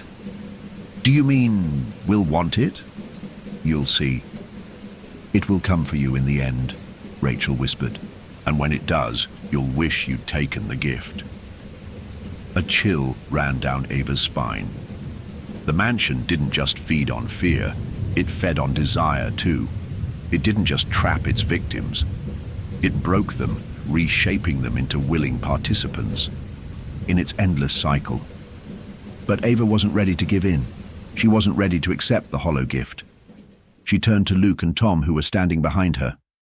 Their faces were pale, their expressions filled with dread, but there was something in their eyes, something that still flickered with hope, with humanity.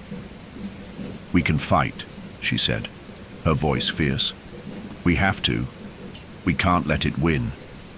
But as she said the words, she felt the mansion shift.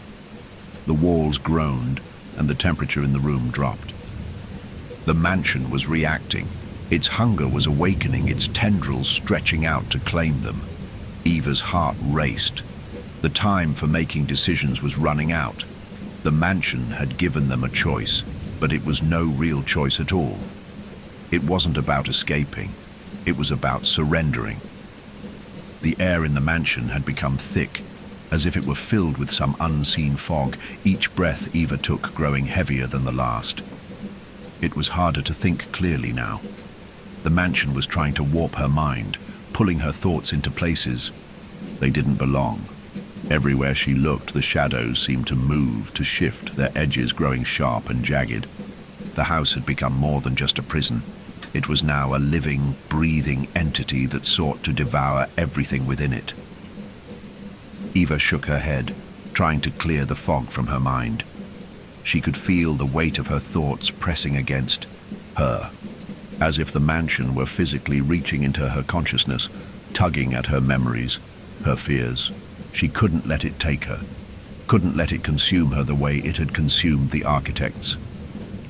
But the longer she stood there, surrounded by the broken remnants of the house and its twisted inhabitants, the harder it became to resist. The mansion wasn't just trying to trap them, it was trying to rewrite them. Rachel, Claire, Matt, and James were no longer the people they had once been. The transformation was complete, but the final stages were playing out before Eva's eyes. They weren't just struggling to maintain control over their bodies. They were fighting against their own memories, against the hollow emptiness the mansion had forced upon them. They had once been guides, helping others navigate the horrors of the house. But now they were part of it, caught in a loop that stretched endlessly in all directions. Matt's face twitched. A faint flicker of recognition flashed in his eyes, but it was quickly swallowed by the emptiness that had overtaken him. He turned toward Eva, his expression unreadable. "I told you," he murmured, his voice cold and distant. "You can't fight it. We thought we could. We all thought we could. But the mansion isn't just a house, it's alive. And it doesn't just trap you, it takes you, piece by piece, until there's nothing left of who you were." Rachel stepped forward, her movements stiff and unnatural. "It doesn't matter how hard you try. The mansion will rewrite you.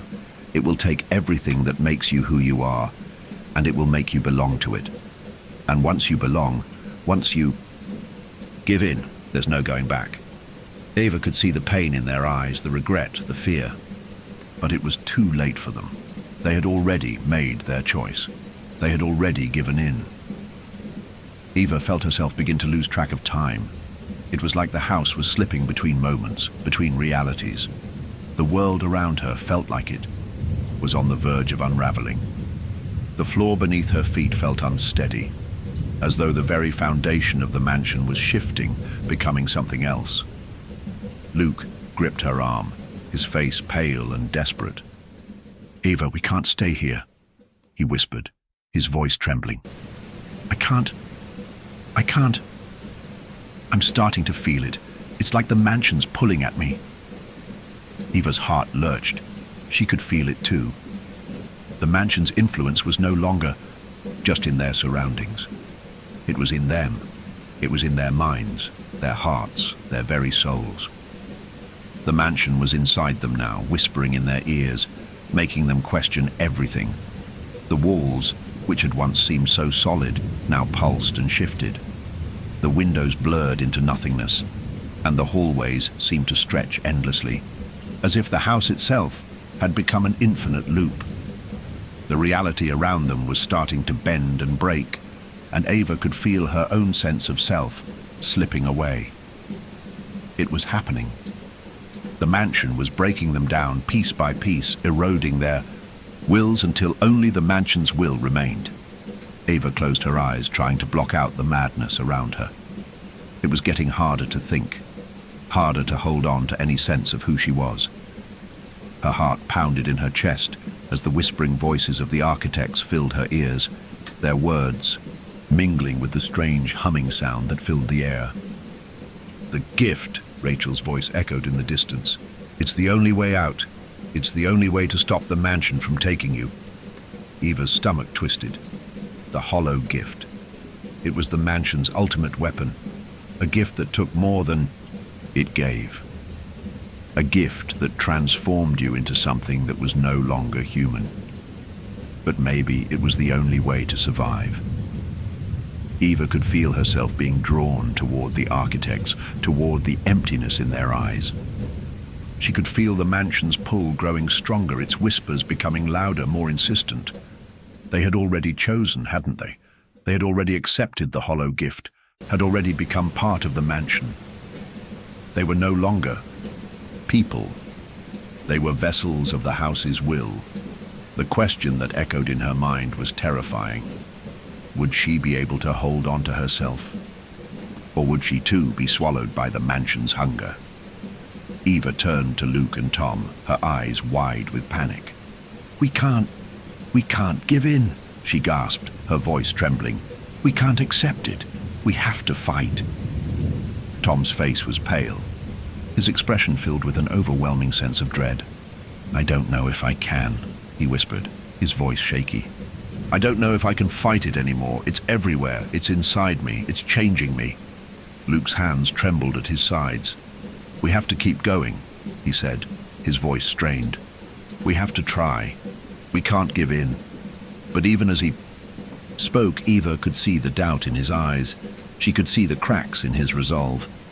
The mansion's influence was growing stronger, and she could feel it too. The architects were gone. They were no longer people. They were part of the mansion now, and soon they would be forgotten, lost to the hollow gift. Eva realized with a sickening clarity that the mansion's hunger wasn't just for their bodies, it was for their souls.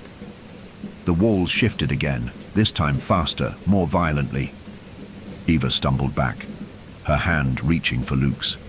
She could feel the mansion pressing in on all sides, its presence closing in. The hollow gift was waiting. The choice was before them, to accept it, to become part of the mansion, or to fight and risk being consumed entirely. The walls around them felt wrong. Not wrong in the way a house might feel when you've forgotten where you left your keys, but wrong in the way the world itself might feel when it starts to unravel. The edges of the room seemed to flicker in and out of focus, like an old film reel that had been poorly spliced together. Shadows stretched unnaturally across the floor, crawling in impossible directions, twisting like snakes made of ink. Eva couldn't tell if she was seeing it, or if the mansion itself was playing tricks on her mind. She pressed her hands against her eyes, trying to block out the vision, but when she opened them again, nothing had changed. The mansion was warping reality, suffocating time and space, until everything felt like a dream, a nightmare looping and twisting on itself endlessly. And yet, somewhere in the depths of her mind, Eva couldn't shake the nagging feeling that she was changing too. Her pulse thudded in her ears, and a cold sweat clung to her skin. The pull of the mansion, its hunger, its terrible presence, seemed to wrap itself around her heart, constricting, tightening, almost like it was trying to suffocate her from within. She gasped for air, trying to push past the pressure, but the house responded by increasing the weight on her chest, filling her with a cold, metallic taste in her mouth. She was slipping into the mansion's rhythm, its terrible pulse. She could feel it in her bones, in her blood, like the house was slowly, deliberately rewriting her. Ava, you're still fighting it, aren't you? Luke's voice broke through the haze, and she turned, startled. He was standing just behind her, but he looked wrong, distorted, his face warped in a way that felt impossible. His eyes, once filled with fear and determination, were now empty. They were hollow. A surge of panic flared inside her, and she stepped back, shaking her head. Luke, no. Don't let it take you, please.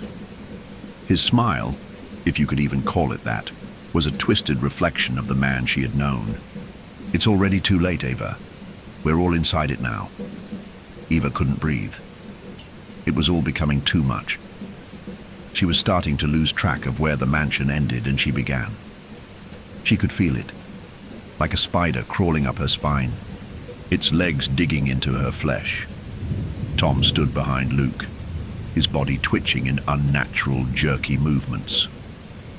"You're so close," he said, his voice ragged, his eyes bloodshot. "You've seen it now, you can feel it, can't you? The gift. It's calling to you. It's calling to all of us." Ava swallowed hard, her throat dry as dust. She could feel the mansion's hunger, the way it sensed her hesitation, her refusal. It was feeding on it, on her fear. And yet there was something else now, something darker. Rachel, Claire, James, and Matt had once been guides. Now they were more than that. They were inhabited by the mansion. They had merged with it. Their very beings were interwoven with the house's malevolent will. Ava couldn't comprehend it. The architects had all been human once, but that humanity had faded. Like the crumbling walls, the cracks in their faces showed where the mansion had infiltrated them, where it had bled into their souls. Rachel stepped forward, her body swaying, her movements stiff. Her skin had become translucent like porcelain. Her eyes were dark, empty pools of night. She looked at Eva, a hint of something almost human flickering behind her gaze, just for a split second. But then it was gone, drowned by the mansion's insatiable hunger. "I told you," Rachel's voice rasped, low and dangerous. "You're almost there. You think you can fight it, but in the end, the gift is inevitable. The mansion doesn't just take your body, it recreates you. It rewrites your soul. You become part of it." "Part of it," Ava repeated, her voice trembling. No, I won't. I won't become one of you." Rachel's lips twisted into something between a smile and a sneer. "Oh, Eva, you're already becoming one of us. You just don't know it yet. We all do, even Luke and Tom, especially Tom. You think they're still fighting, but they're not. They've already started to change.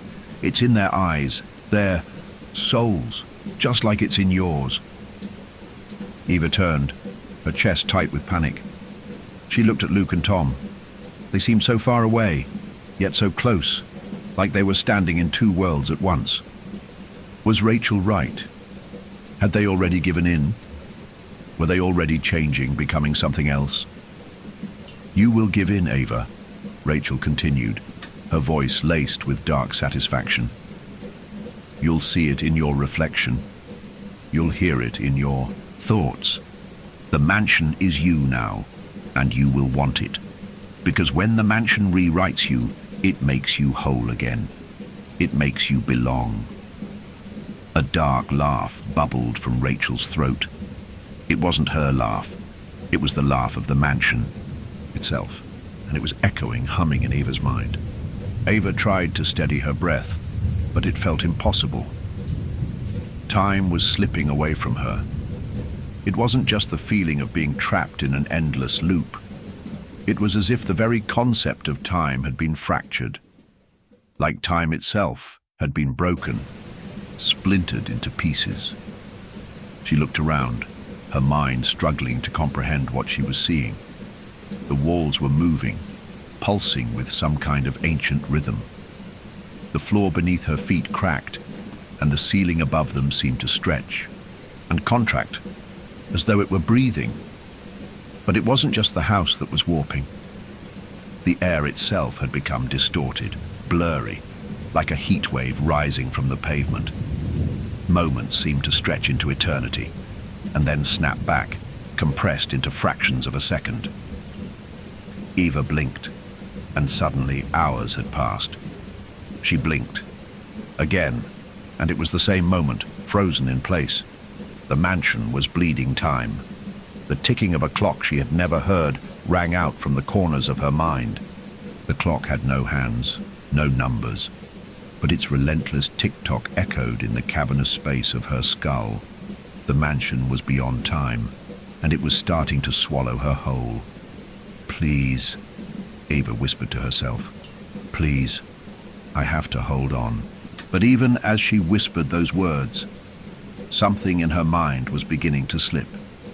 It was the mansion, working its magic on her, wearing her down, breaking her resolve. The mansion fed on resistance, and every part of her that held out against, its pull made it stronger. She could feel it gnawing at the edges of her thoughts, fraying them, unraveling the threads of her mind. Her hands trembled, and the flickering light from the mansion's warped walls cast shadows over her skin. She could hear the architects behind her, Rachel's voice, Matt's faint whisper, the groan of their movements. They were closing in, circling her, tightening the noose of the mansion's influence. "Join us, Eva." Rachel's voice was close, now too close. "Become whole. Let go. You don't have to fight anymore. Let the mansion take you. It's the only way." Eva's heart thundered in her chest. She had no choice. The mansion was closing in. The gift was waiting, hungry. And then, for the briefest moment, she thought she saw something else, something beyond the mansion, beyond the architects, beyond all of it. A glimmer of light, a flicker of freedom. But before she could reach for it, before she could even understand it, the darkness took hold. The sensation of standing on the edge of the abyss had never been so tangible. Ava's skin was cold, her thoughts muddled, as though they were no longer her own. The mansion had always been a force, a presence lurking at the edge of perception, but now it had become her very perception. It was as if the walls had ceased to exist entirely, and all that remained was the vast emptiness of the mansion's mind. A mind that was beginning to wrap itself around hers, folding it into a pattern. It could control time, space, reality. It was all beginning to collapse in on itself. Every breath she took felt like she was inhaling something foreign, something not quite air. And every second felt like an eternity. She could hear the ticking louder now. The sound of the house's ancient clockwork grinding forward, even though there were no clocks, no ticking hands, no measure of time. Only the echo of its relentless march, breaking her thoughts into fragments. Luke's voice broke through her thoughts, thin and fractured. "Ava, we're not going to make it, are we?" His face was pale, almost translucent in the dim, ever-shifting light of the house. His eyes, hollow and glassy, drifted to the walls, to the windows that were no longer windows but endless voids. There was no sky, no stars, no horizon, just an endless darkness, stretching in all directions, devouring everything. "No," Eva whispered, her voice distant, as though it wasn't even her own. "No, we're not. This isn't real. We're trapped. We're trapped in it." And for a moment, just a flicker in time, she thought she saw something. Something she had never seen before. A memory, maybe, or a reflection of herself, walking in the halls of a place that was not this mansion. It was a place she had been before, in another life perhaps. Or was it just a dream? A memory the mansion had forced into her mind, but it was gone, too quickly to hold on to, and she was left with nothing but the suffocating presence of the mansion around her. Behind her, the architects moved in slow, deliberate steps, like marionettes whose strings had been pulled too tight. Their faces were twisted, half-formed, the remnants of human features hanging on like old clothes. Their eyes were vacant, wide, staring. But there was something else, something lurking beneath that vacancy. A hunger. Rachel was the first to speak, her voice a sickening rasp, but it was somehow filled with a strange, twisted joy. You still think you can escape, Eva? You think you can resist the gift, the transformation? Her mouth stretched into a grin, but it was unnatural, grotesque, as though her skin was being pulled too tight. Eva could feel the edges of her mind unraveling just from looking at Rachel. This wasn't Rachel anymore. This was the mansion, the gift, something that wore her face. "We've been waiting," Rachel continued, her eyes flashing in the dim light. "We've been waiting for you to see it, to understand. Time doesn't matter here. What matters is becoming, belonging." James, once the leader, was barely recognizable. His body was a patchwork of limbs, a twisted collection of half-formed human features. He wasn't whole anymore. No one in this house was. But that was the point, wasn't it? To take everything, every shred of individuality, and blend it together into one, to become part of something else, something that couldn't be undone.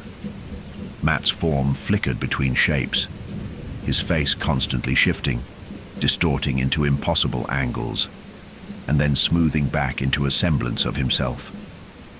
It was as if he were being edited over and over by some unseen hand. "You'll join us, Ava," he murmured, his voice hollow and broken. "There's no other choice." The mansion, for all its labyrinthine corridors and decaying walls, was not a house at all. It wasn't made of wood or stone or even time. The mansion was a living entity, a consciousness with its own desires, its own twisted hunger. The architects had known this once long ago. They had built the mansion with the intention of mastering it, of controlling it, of guiding others through its horrors. But the house had a mind of its own, a mind that grew over time, consuming the very souls of those who sought to control it. And now it was trying to consume Eva.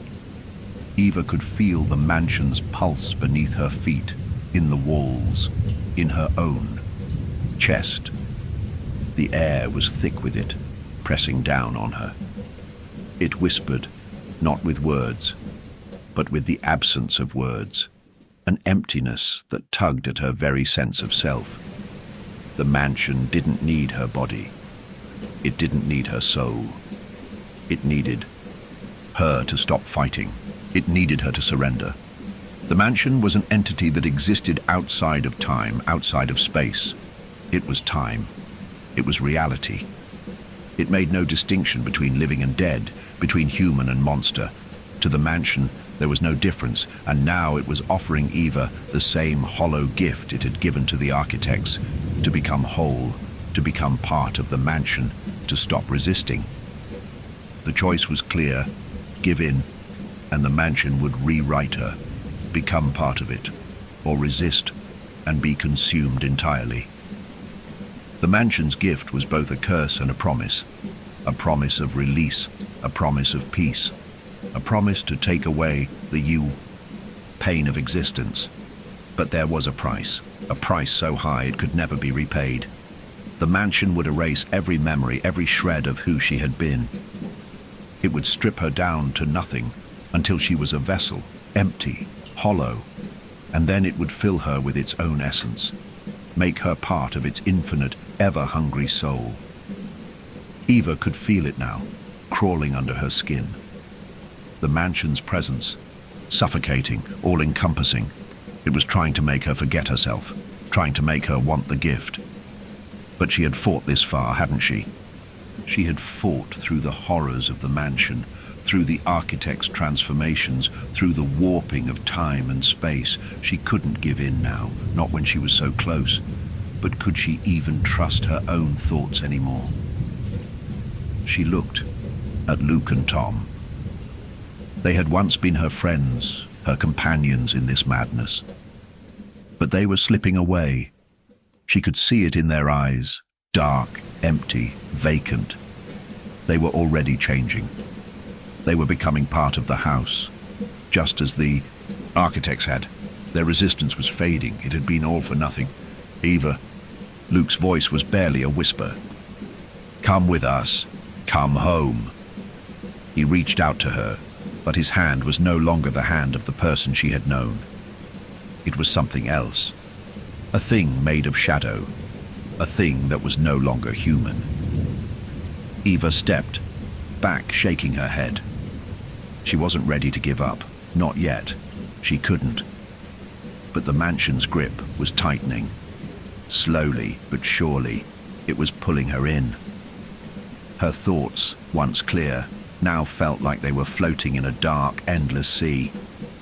The mansion's influence was seeping into her, replacing her memories with something else, something hollow. And the more she resisted, the more the mansion pressed in, suffocating her, smothering her. "Don't fight it, Eva." Rachel's voice coiled around her like a serpent. "You can't win. You're already inside it. You'll never leave. You'll never be you again." Eva's chest tightened, her heart pounding in her ears. The walls of the mansion were closing in around her. The architects were circling her, their twisted forms reaching out, beckoning her into the dark embrace of the house. She could feel herself slipping into the void, slipping into the mansion's cold, hungry maw. And then, for the briefest moment, she remembered something, a flash of light, a moment of peace, a memory from before all of this, a time when she was free. But it was fading, vanishing, just like everything else. Eva's breath caught in her throat as she realized the truth. The mansion had already won. The house was alive. There was no other way to describe it.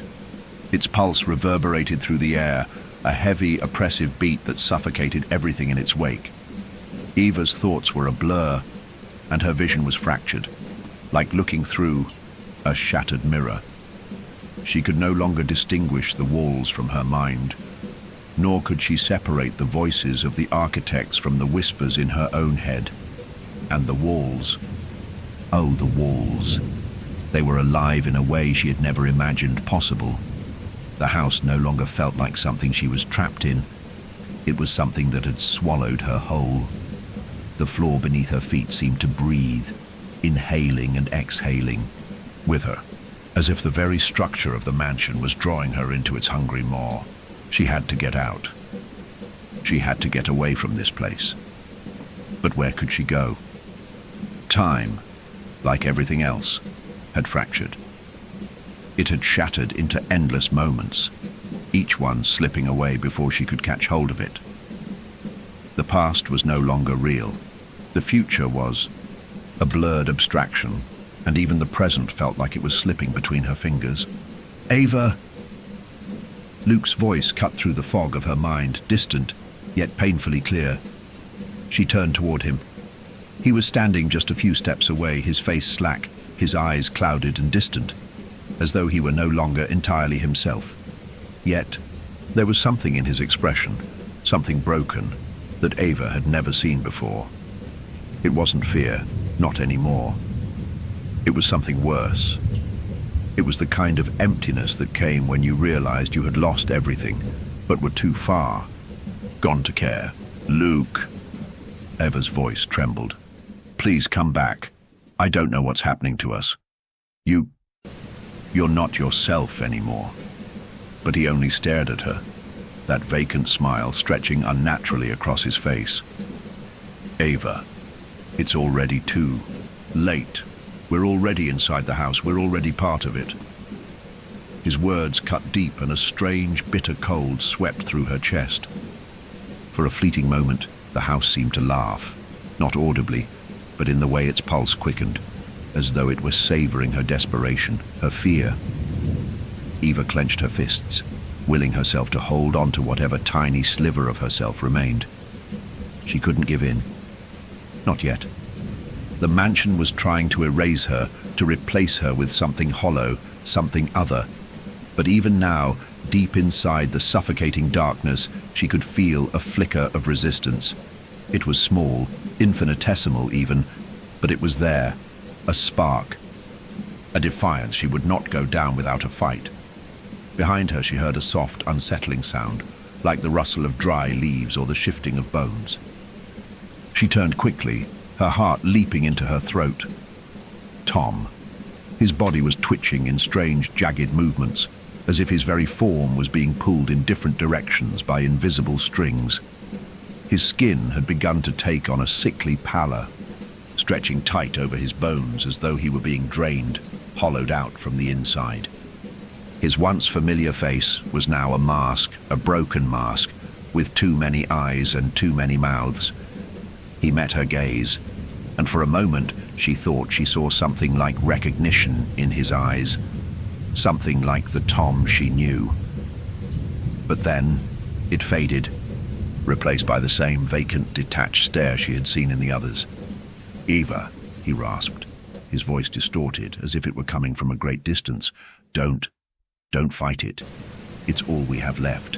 We belong to the house now. We are the house. It's a gift, Eva. The only gift." His voice was barely a whisper, but it echoed around her, deepening the silence.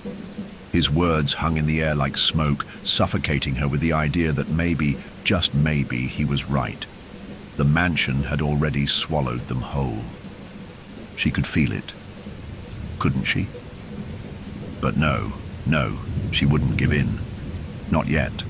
Not while there was even a tiny spark of her left. She wasn't just fighting for herself anymore. She was fighting for Luke and Tom, for the fragments of the people they had once been. They hadn't all been consumed, not completely. There was still a chance. Eva staggered back, eyes wide as she looked at the twisted remnants of her friends, her family. The architects had been lost to the mansion, but there was still a sliver of humanity in the two of them. There had to be. They were still there somewhere, even if it was buried deep, and then, without warning, the house shifted again. The mansion groaned, a sound like ancient wood bending under too much weight. The floor beneath them quivered as if the entire structure was alive, stretching, cracking, rearranging itself. And then suddenly, everything tilted. The walls tilted, the floor tilted, as though gravity itself was losing its grip. Eva felt her stomach lurch as the room spun wildly around her. The house was warping, shifting, bending space and time until nothing seemed real. Her body fought against the disorienting sensation, but it was no use. She was falling, tumbling through an endless void of twisting corridors, broken doors, and endless halls that led to nowhere. But even in the midst of that overwhelming, vertigo-inducing collapse, Eva's mind, her soul, held on. There was still that tiny flicker of defiance deep within her. I won't let it take me. I won't let it take us. The walls bent in impossible ways, stretching, then collapsing into each other. Windows appeared and vanished like distorted reflections, showing only the abyss beyond. The architects' twisted faces flickered in and out of view, their broken, inhuman eyes watching her every move, waiting for her to collapse into despair. But Ava refused. With every ounce of willpower she could summon, she fought. The mansion's voice was in her head again, stronger than ever. It wasn't just a whisper anymore. It was a scream of endless hunger. It wanted her. It needed her. It needed all of them. It needed to erase every trace of their existence, to swallow them whole. "Eva," it growled, its voice a deep, guttural sound that rattled her bones. You will belong to me. You will be part of me. All that you were, all that you are, will fade away. You are nothing. You are nothing. But even as the house's words threatened to drown her, something in Eva snapped. She remembered something. It was so small, so distant, but it was there. It was the first night she had entered the mansion, the first moment she had stepped into its halls. She remembered the way the light flickered, the way the walls groaned, the way she had felt the mansion's presence, but hadn't understood what. It was, she hadn't known what it wanted, and she understood now. The mansion didn't just want their bodies. It didn't want to consume them in the way they feared. It wanted something far more insidious. It wanted their memories, their identities. It wanted to erase them, not just physically, but psychologically. It wanted to rewrite them into itself. Eva clenched her fists tighter, her heart pounding in her chest. I won't let it take me. I won't let it take us. The final choice. The walls loomed over her, pressing in, suffocating. The pulse of the mansion was deafening now, filling her mind, trying to consume her thoughts. But she held on, and as her thoughts became more desperate, more fragmented, she understood something else, the final choice. She could either give in to the mansion, let it erase her completely, along with Luke and Tom. She could join the architects, become part of its endless, hunger-driven cycle, or she could break it. She could tear it apart from within. But doing so would come at a cost, and that cost would be everything she had left. The mansion was alive, and it was fighting her. Every step Eva took, every breath she drew, the house tried to tear her apart. It wasn't just trying to consume her, it was trying to break her spirit, to shatter the very core of who she was. The air was thick with the scent of decay, and the walls seemed to bend inward, pressing on her, squeezing the life out of her with every passing second. Her mind, once sharp and clear, was now a chaotic blur of fragmented thoughts, like shards of glass scattered across the floor. The mansion was filling the gaps between her thoughts, replacing memories with falsehoods, planting doubts and feeding her fears. It whispered her name in 1,000 different voices, each one familiar and twisted. Eva, you cannot escape me. You belong to me. You always have. But despite the suffocating weight of the house's presence, there was a flicker of clarity within her, a fragile thread of resistance that refused to be consumed, no matter how hard the mansion tugged at it. She could feel the mansion's pulse, its heartbeat, growing stronger. It was as though the house itself was alive, its desires bleeding into her very soul, pushing her toward the final choice. A choice that would either tear her apart or give her the power to destroy it. But which was which? Which choice would free her from its grip, and which would bind her to it forever? Behind her, Eva heard the sickening crackle of something breaking. She turned and saw Luke, his body contorting in unnatural ways, his once human form stretching and warping. His skin seemed to melt and reshape itself, the flesh and bone rearranging as though he were being remade by the house's malevolent will. His eyes, once full of life, were now hollow and cold, staring at her with a haunting emptiness. Eva, Luke's voice came out in a distorted, guttural rasp. Don't fight it. You can't fight it. We are the house now. We are the mansion. Eva's heart broke as she saw the pain and fear still lurking deep within him, beneath the twisted, warped version of his body. She wanted to help him, wanted to pull him from the grip of the mansion, but she didn't know how. The house had already begun to strip away the parts of Luke that made him Luke. Soon, there would be nothing left but a husk, a puppet for the mansion's endless hunger.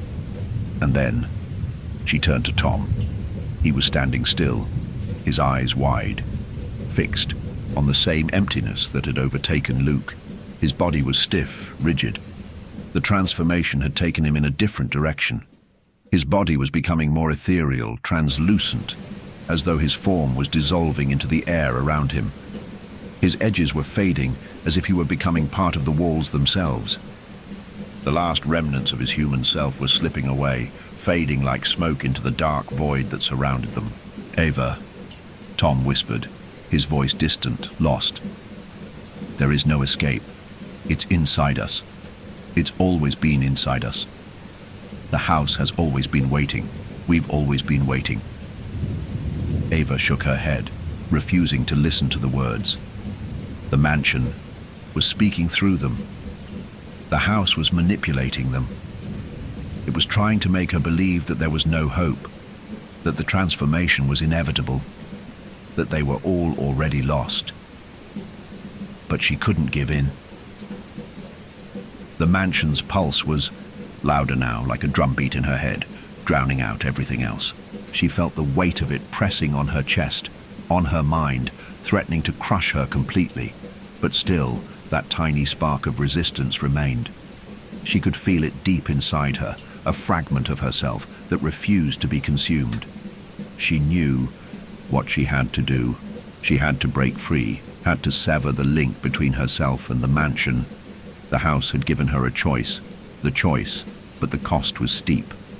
The mansion had been clear about that.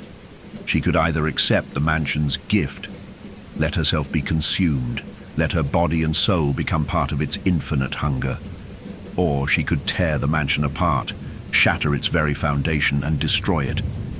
But destroying the mansion would come at a cost. Eva knew that if she chose to break the mansion's grip, she would lose everything, every memory, every piece of herself that remained. The mansion had twisted her mind, but it had also held on to the last fragments of her identity. If she destroyed it, she would lose all of them. Luke, Tom, the architects, all of it. The mansion was trying to make her believe that there was no hope, that she couldn't survive without it. But Ava had come this far. She had resisted it for so long, even when it seemed hopeless. It wanted her to belong to it, to be consumed by its hunger. But the mansion had never understood one thing. Eva was not just a part of the house. She was more than that. She was more than the sum of her fears, more than the sum of her memories. She was stronger than it knew, and with that realization, she knew what she had to do. The house's pulse quickened as she made her choice. The walls shifted, groaning, twisting around her, trying to suffocate her with its suffocating grip. The architects' faces flashed before her eyes, distorted and blurred, their mouths open in a silent scream. But Ava didn't flinch. She raised her hand, feeling the surge of power building inside her. It was like a flood of energy, a wave of defiance that had been waiting for this moment, waiting to break free. "No," she shouted, her voice carrying a force she had never known. "I will not become part of you."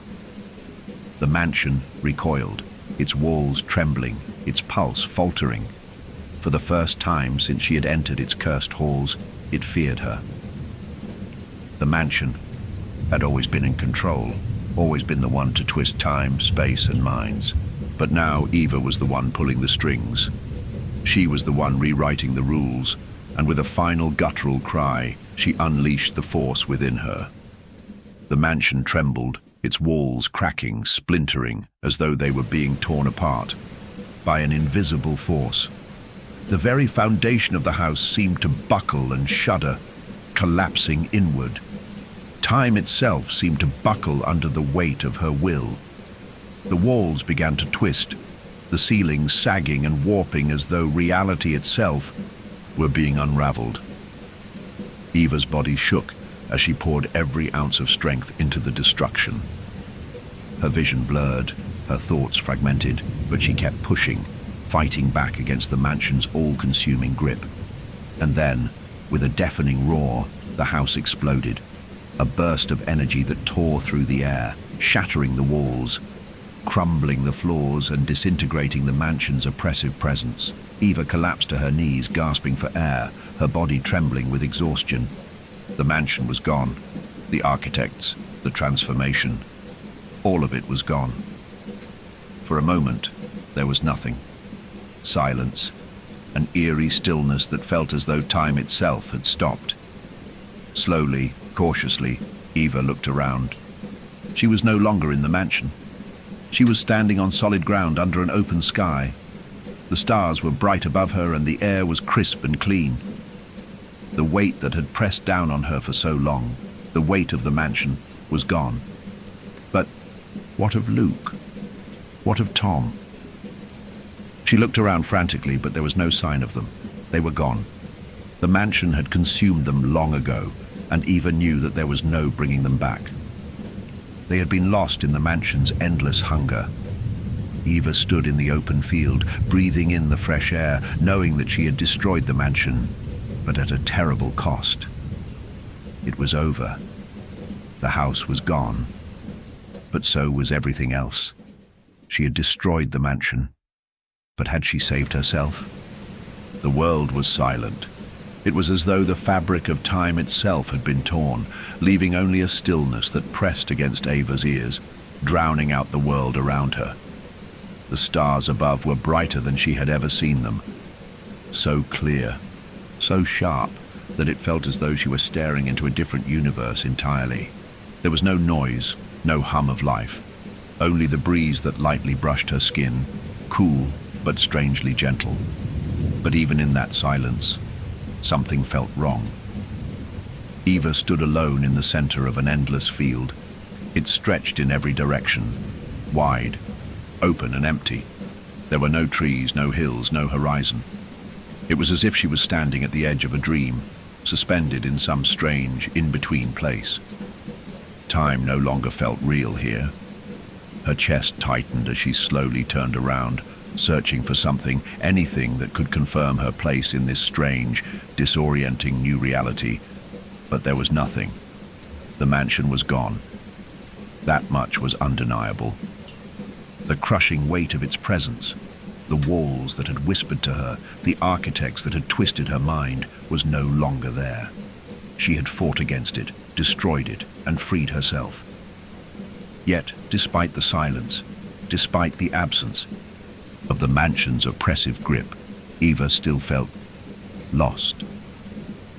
It was as if a part of her was missing, something deep within her that had been torn away in the chaos of the mansion's final destruction.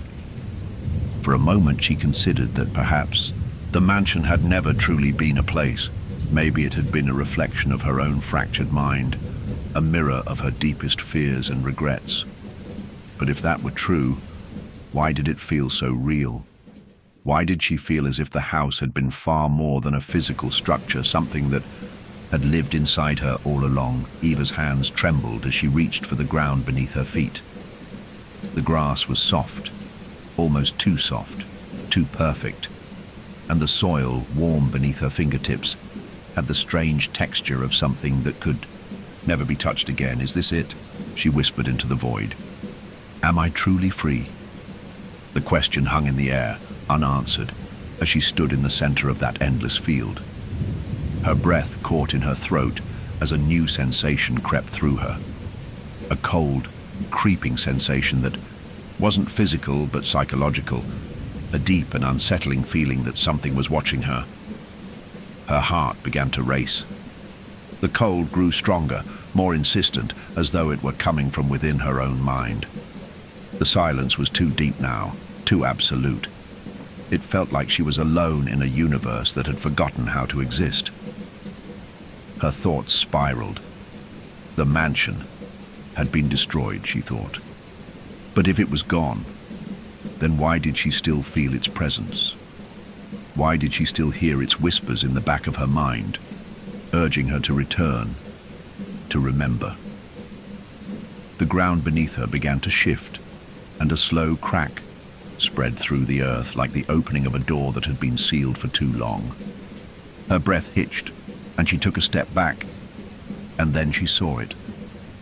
At first it was just a flicker, a shadow at the edge of her vision, but as she looked closer it became clearer. The crack widened, stretching like an open wound in the world. And from within it, a form emerged, a figure. It was Luke, but it wasn't really Luke. His eyes were hollow, his skin pale and stretched taut, as though he had been pulled from the very fabric of reality. He stood perfectly still, his mouth slightly agape, as though he were reaching out to her but unable to speak. "Luke," Eva's voice cracked, the sound foreign to her ears, as though it didn't belong to her. "Is it really you?" The figure did not respond, but the crack in the ground grew wider, as if the earth itself were being torn apart. As the shadows around the figure thickened, she saw the faint outlines of other shapes, figures she recognized from the mansion. Tom, the architects. They all stood at the edges of the shadow, their faces twisted in agony, their eyes vacant and lifeless, yet somehow still aware of her. They were all there, trapped, suspended, like echoes of themselves, caught between worlds, waiting for her. Eva's heart pounded in her chest. She staggered back, the air around her thickening, pressing in. She felt dizzy, disoriented. Had she really escaped the mansion? Or had the mansion just changed form? Had it simply become this empty field, this fractured reality? She turned and ran, her legs unsteady beneath her as she stumbled through the endless expanse of nothingness. The figures of Luke, Tom, and the architects followed her in the distance, silent, unblinking, as if they were tethered to her every movement. She ran faster, but no matter how far she went, the horizon did not change. The ground beneath her feet shifted and warped, as if it were mocking her attempts to escape. "Why are you doing this?" she screamed into the emptiness, her voice breaking as the words tore through her. "What do you want from me?" And then she understood. It wasn't the house that had kept her trapped. It wasn't the architects or the twisted transformations. It was her. She had been the one that had never truly escaped. The mansion had only been a reflection, a mirror that forced her to face herself. The mansion had been real, but so had she. The destruction of the house hadn't freed her. It had only torn down the last barrier between herself and the truth. Eva stopped running. She dropped to her knees, her body shaking, as the weight of the realization pressed down on her like 1,000 tons of stone. The mansion was not a place.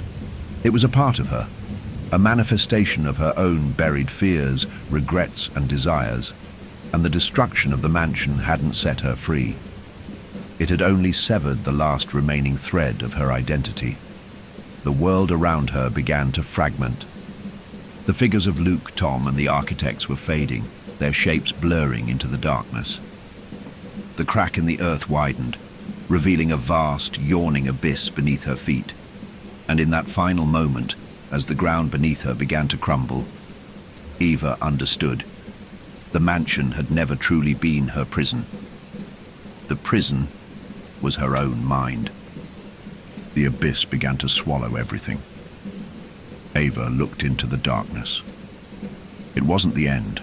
It was another beginning, another loop, another choice.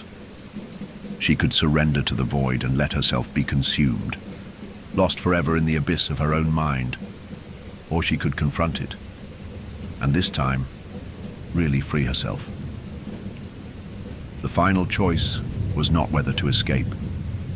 The final choice was whether to finally become herself again, to break the endless cycle that had trapped her. The abyss was waiting, the mansion was waiting, her fate was hers to choose.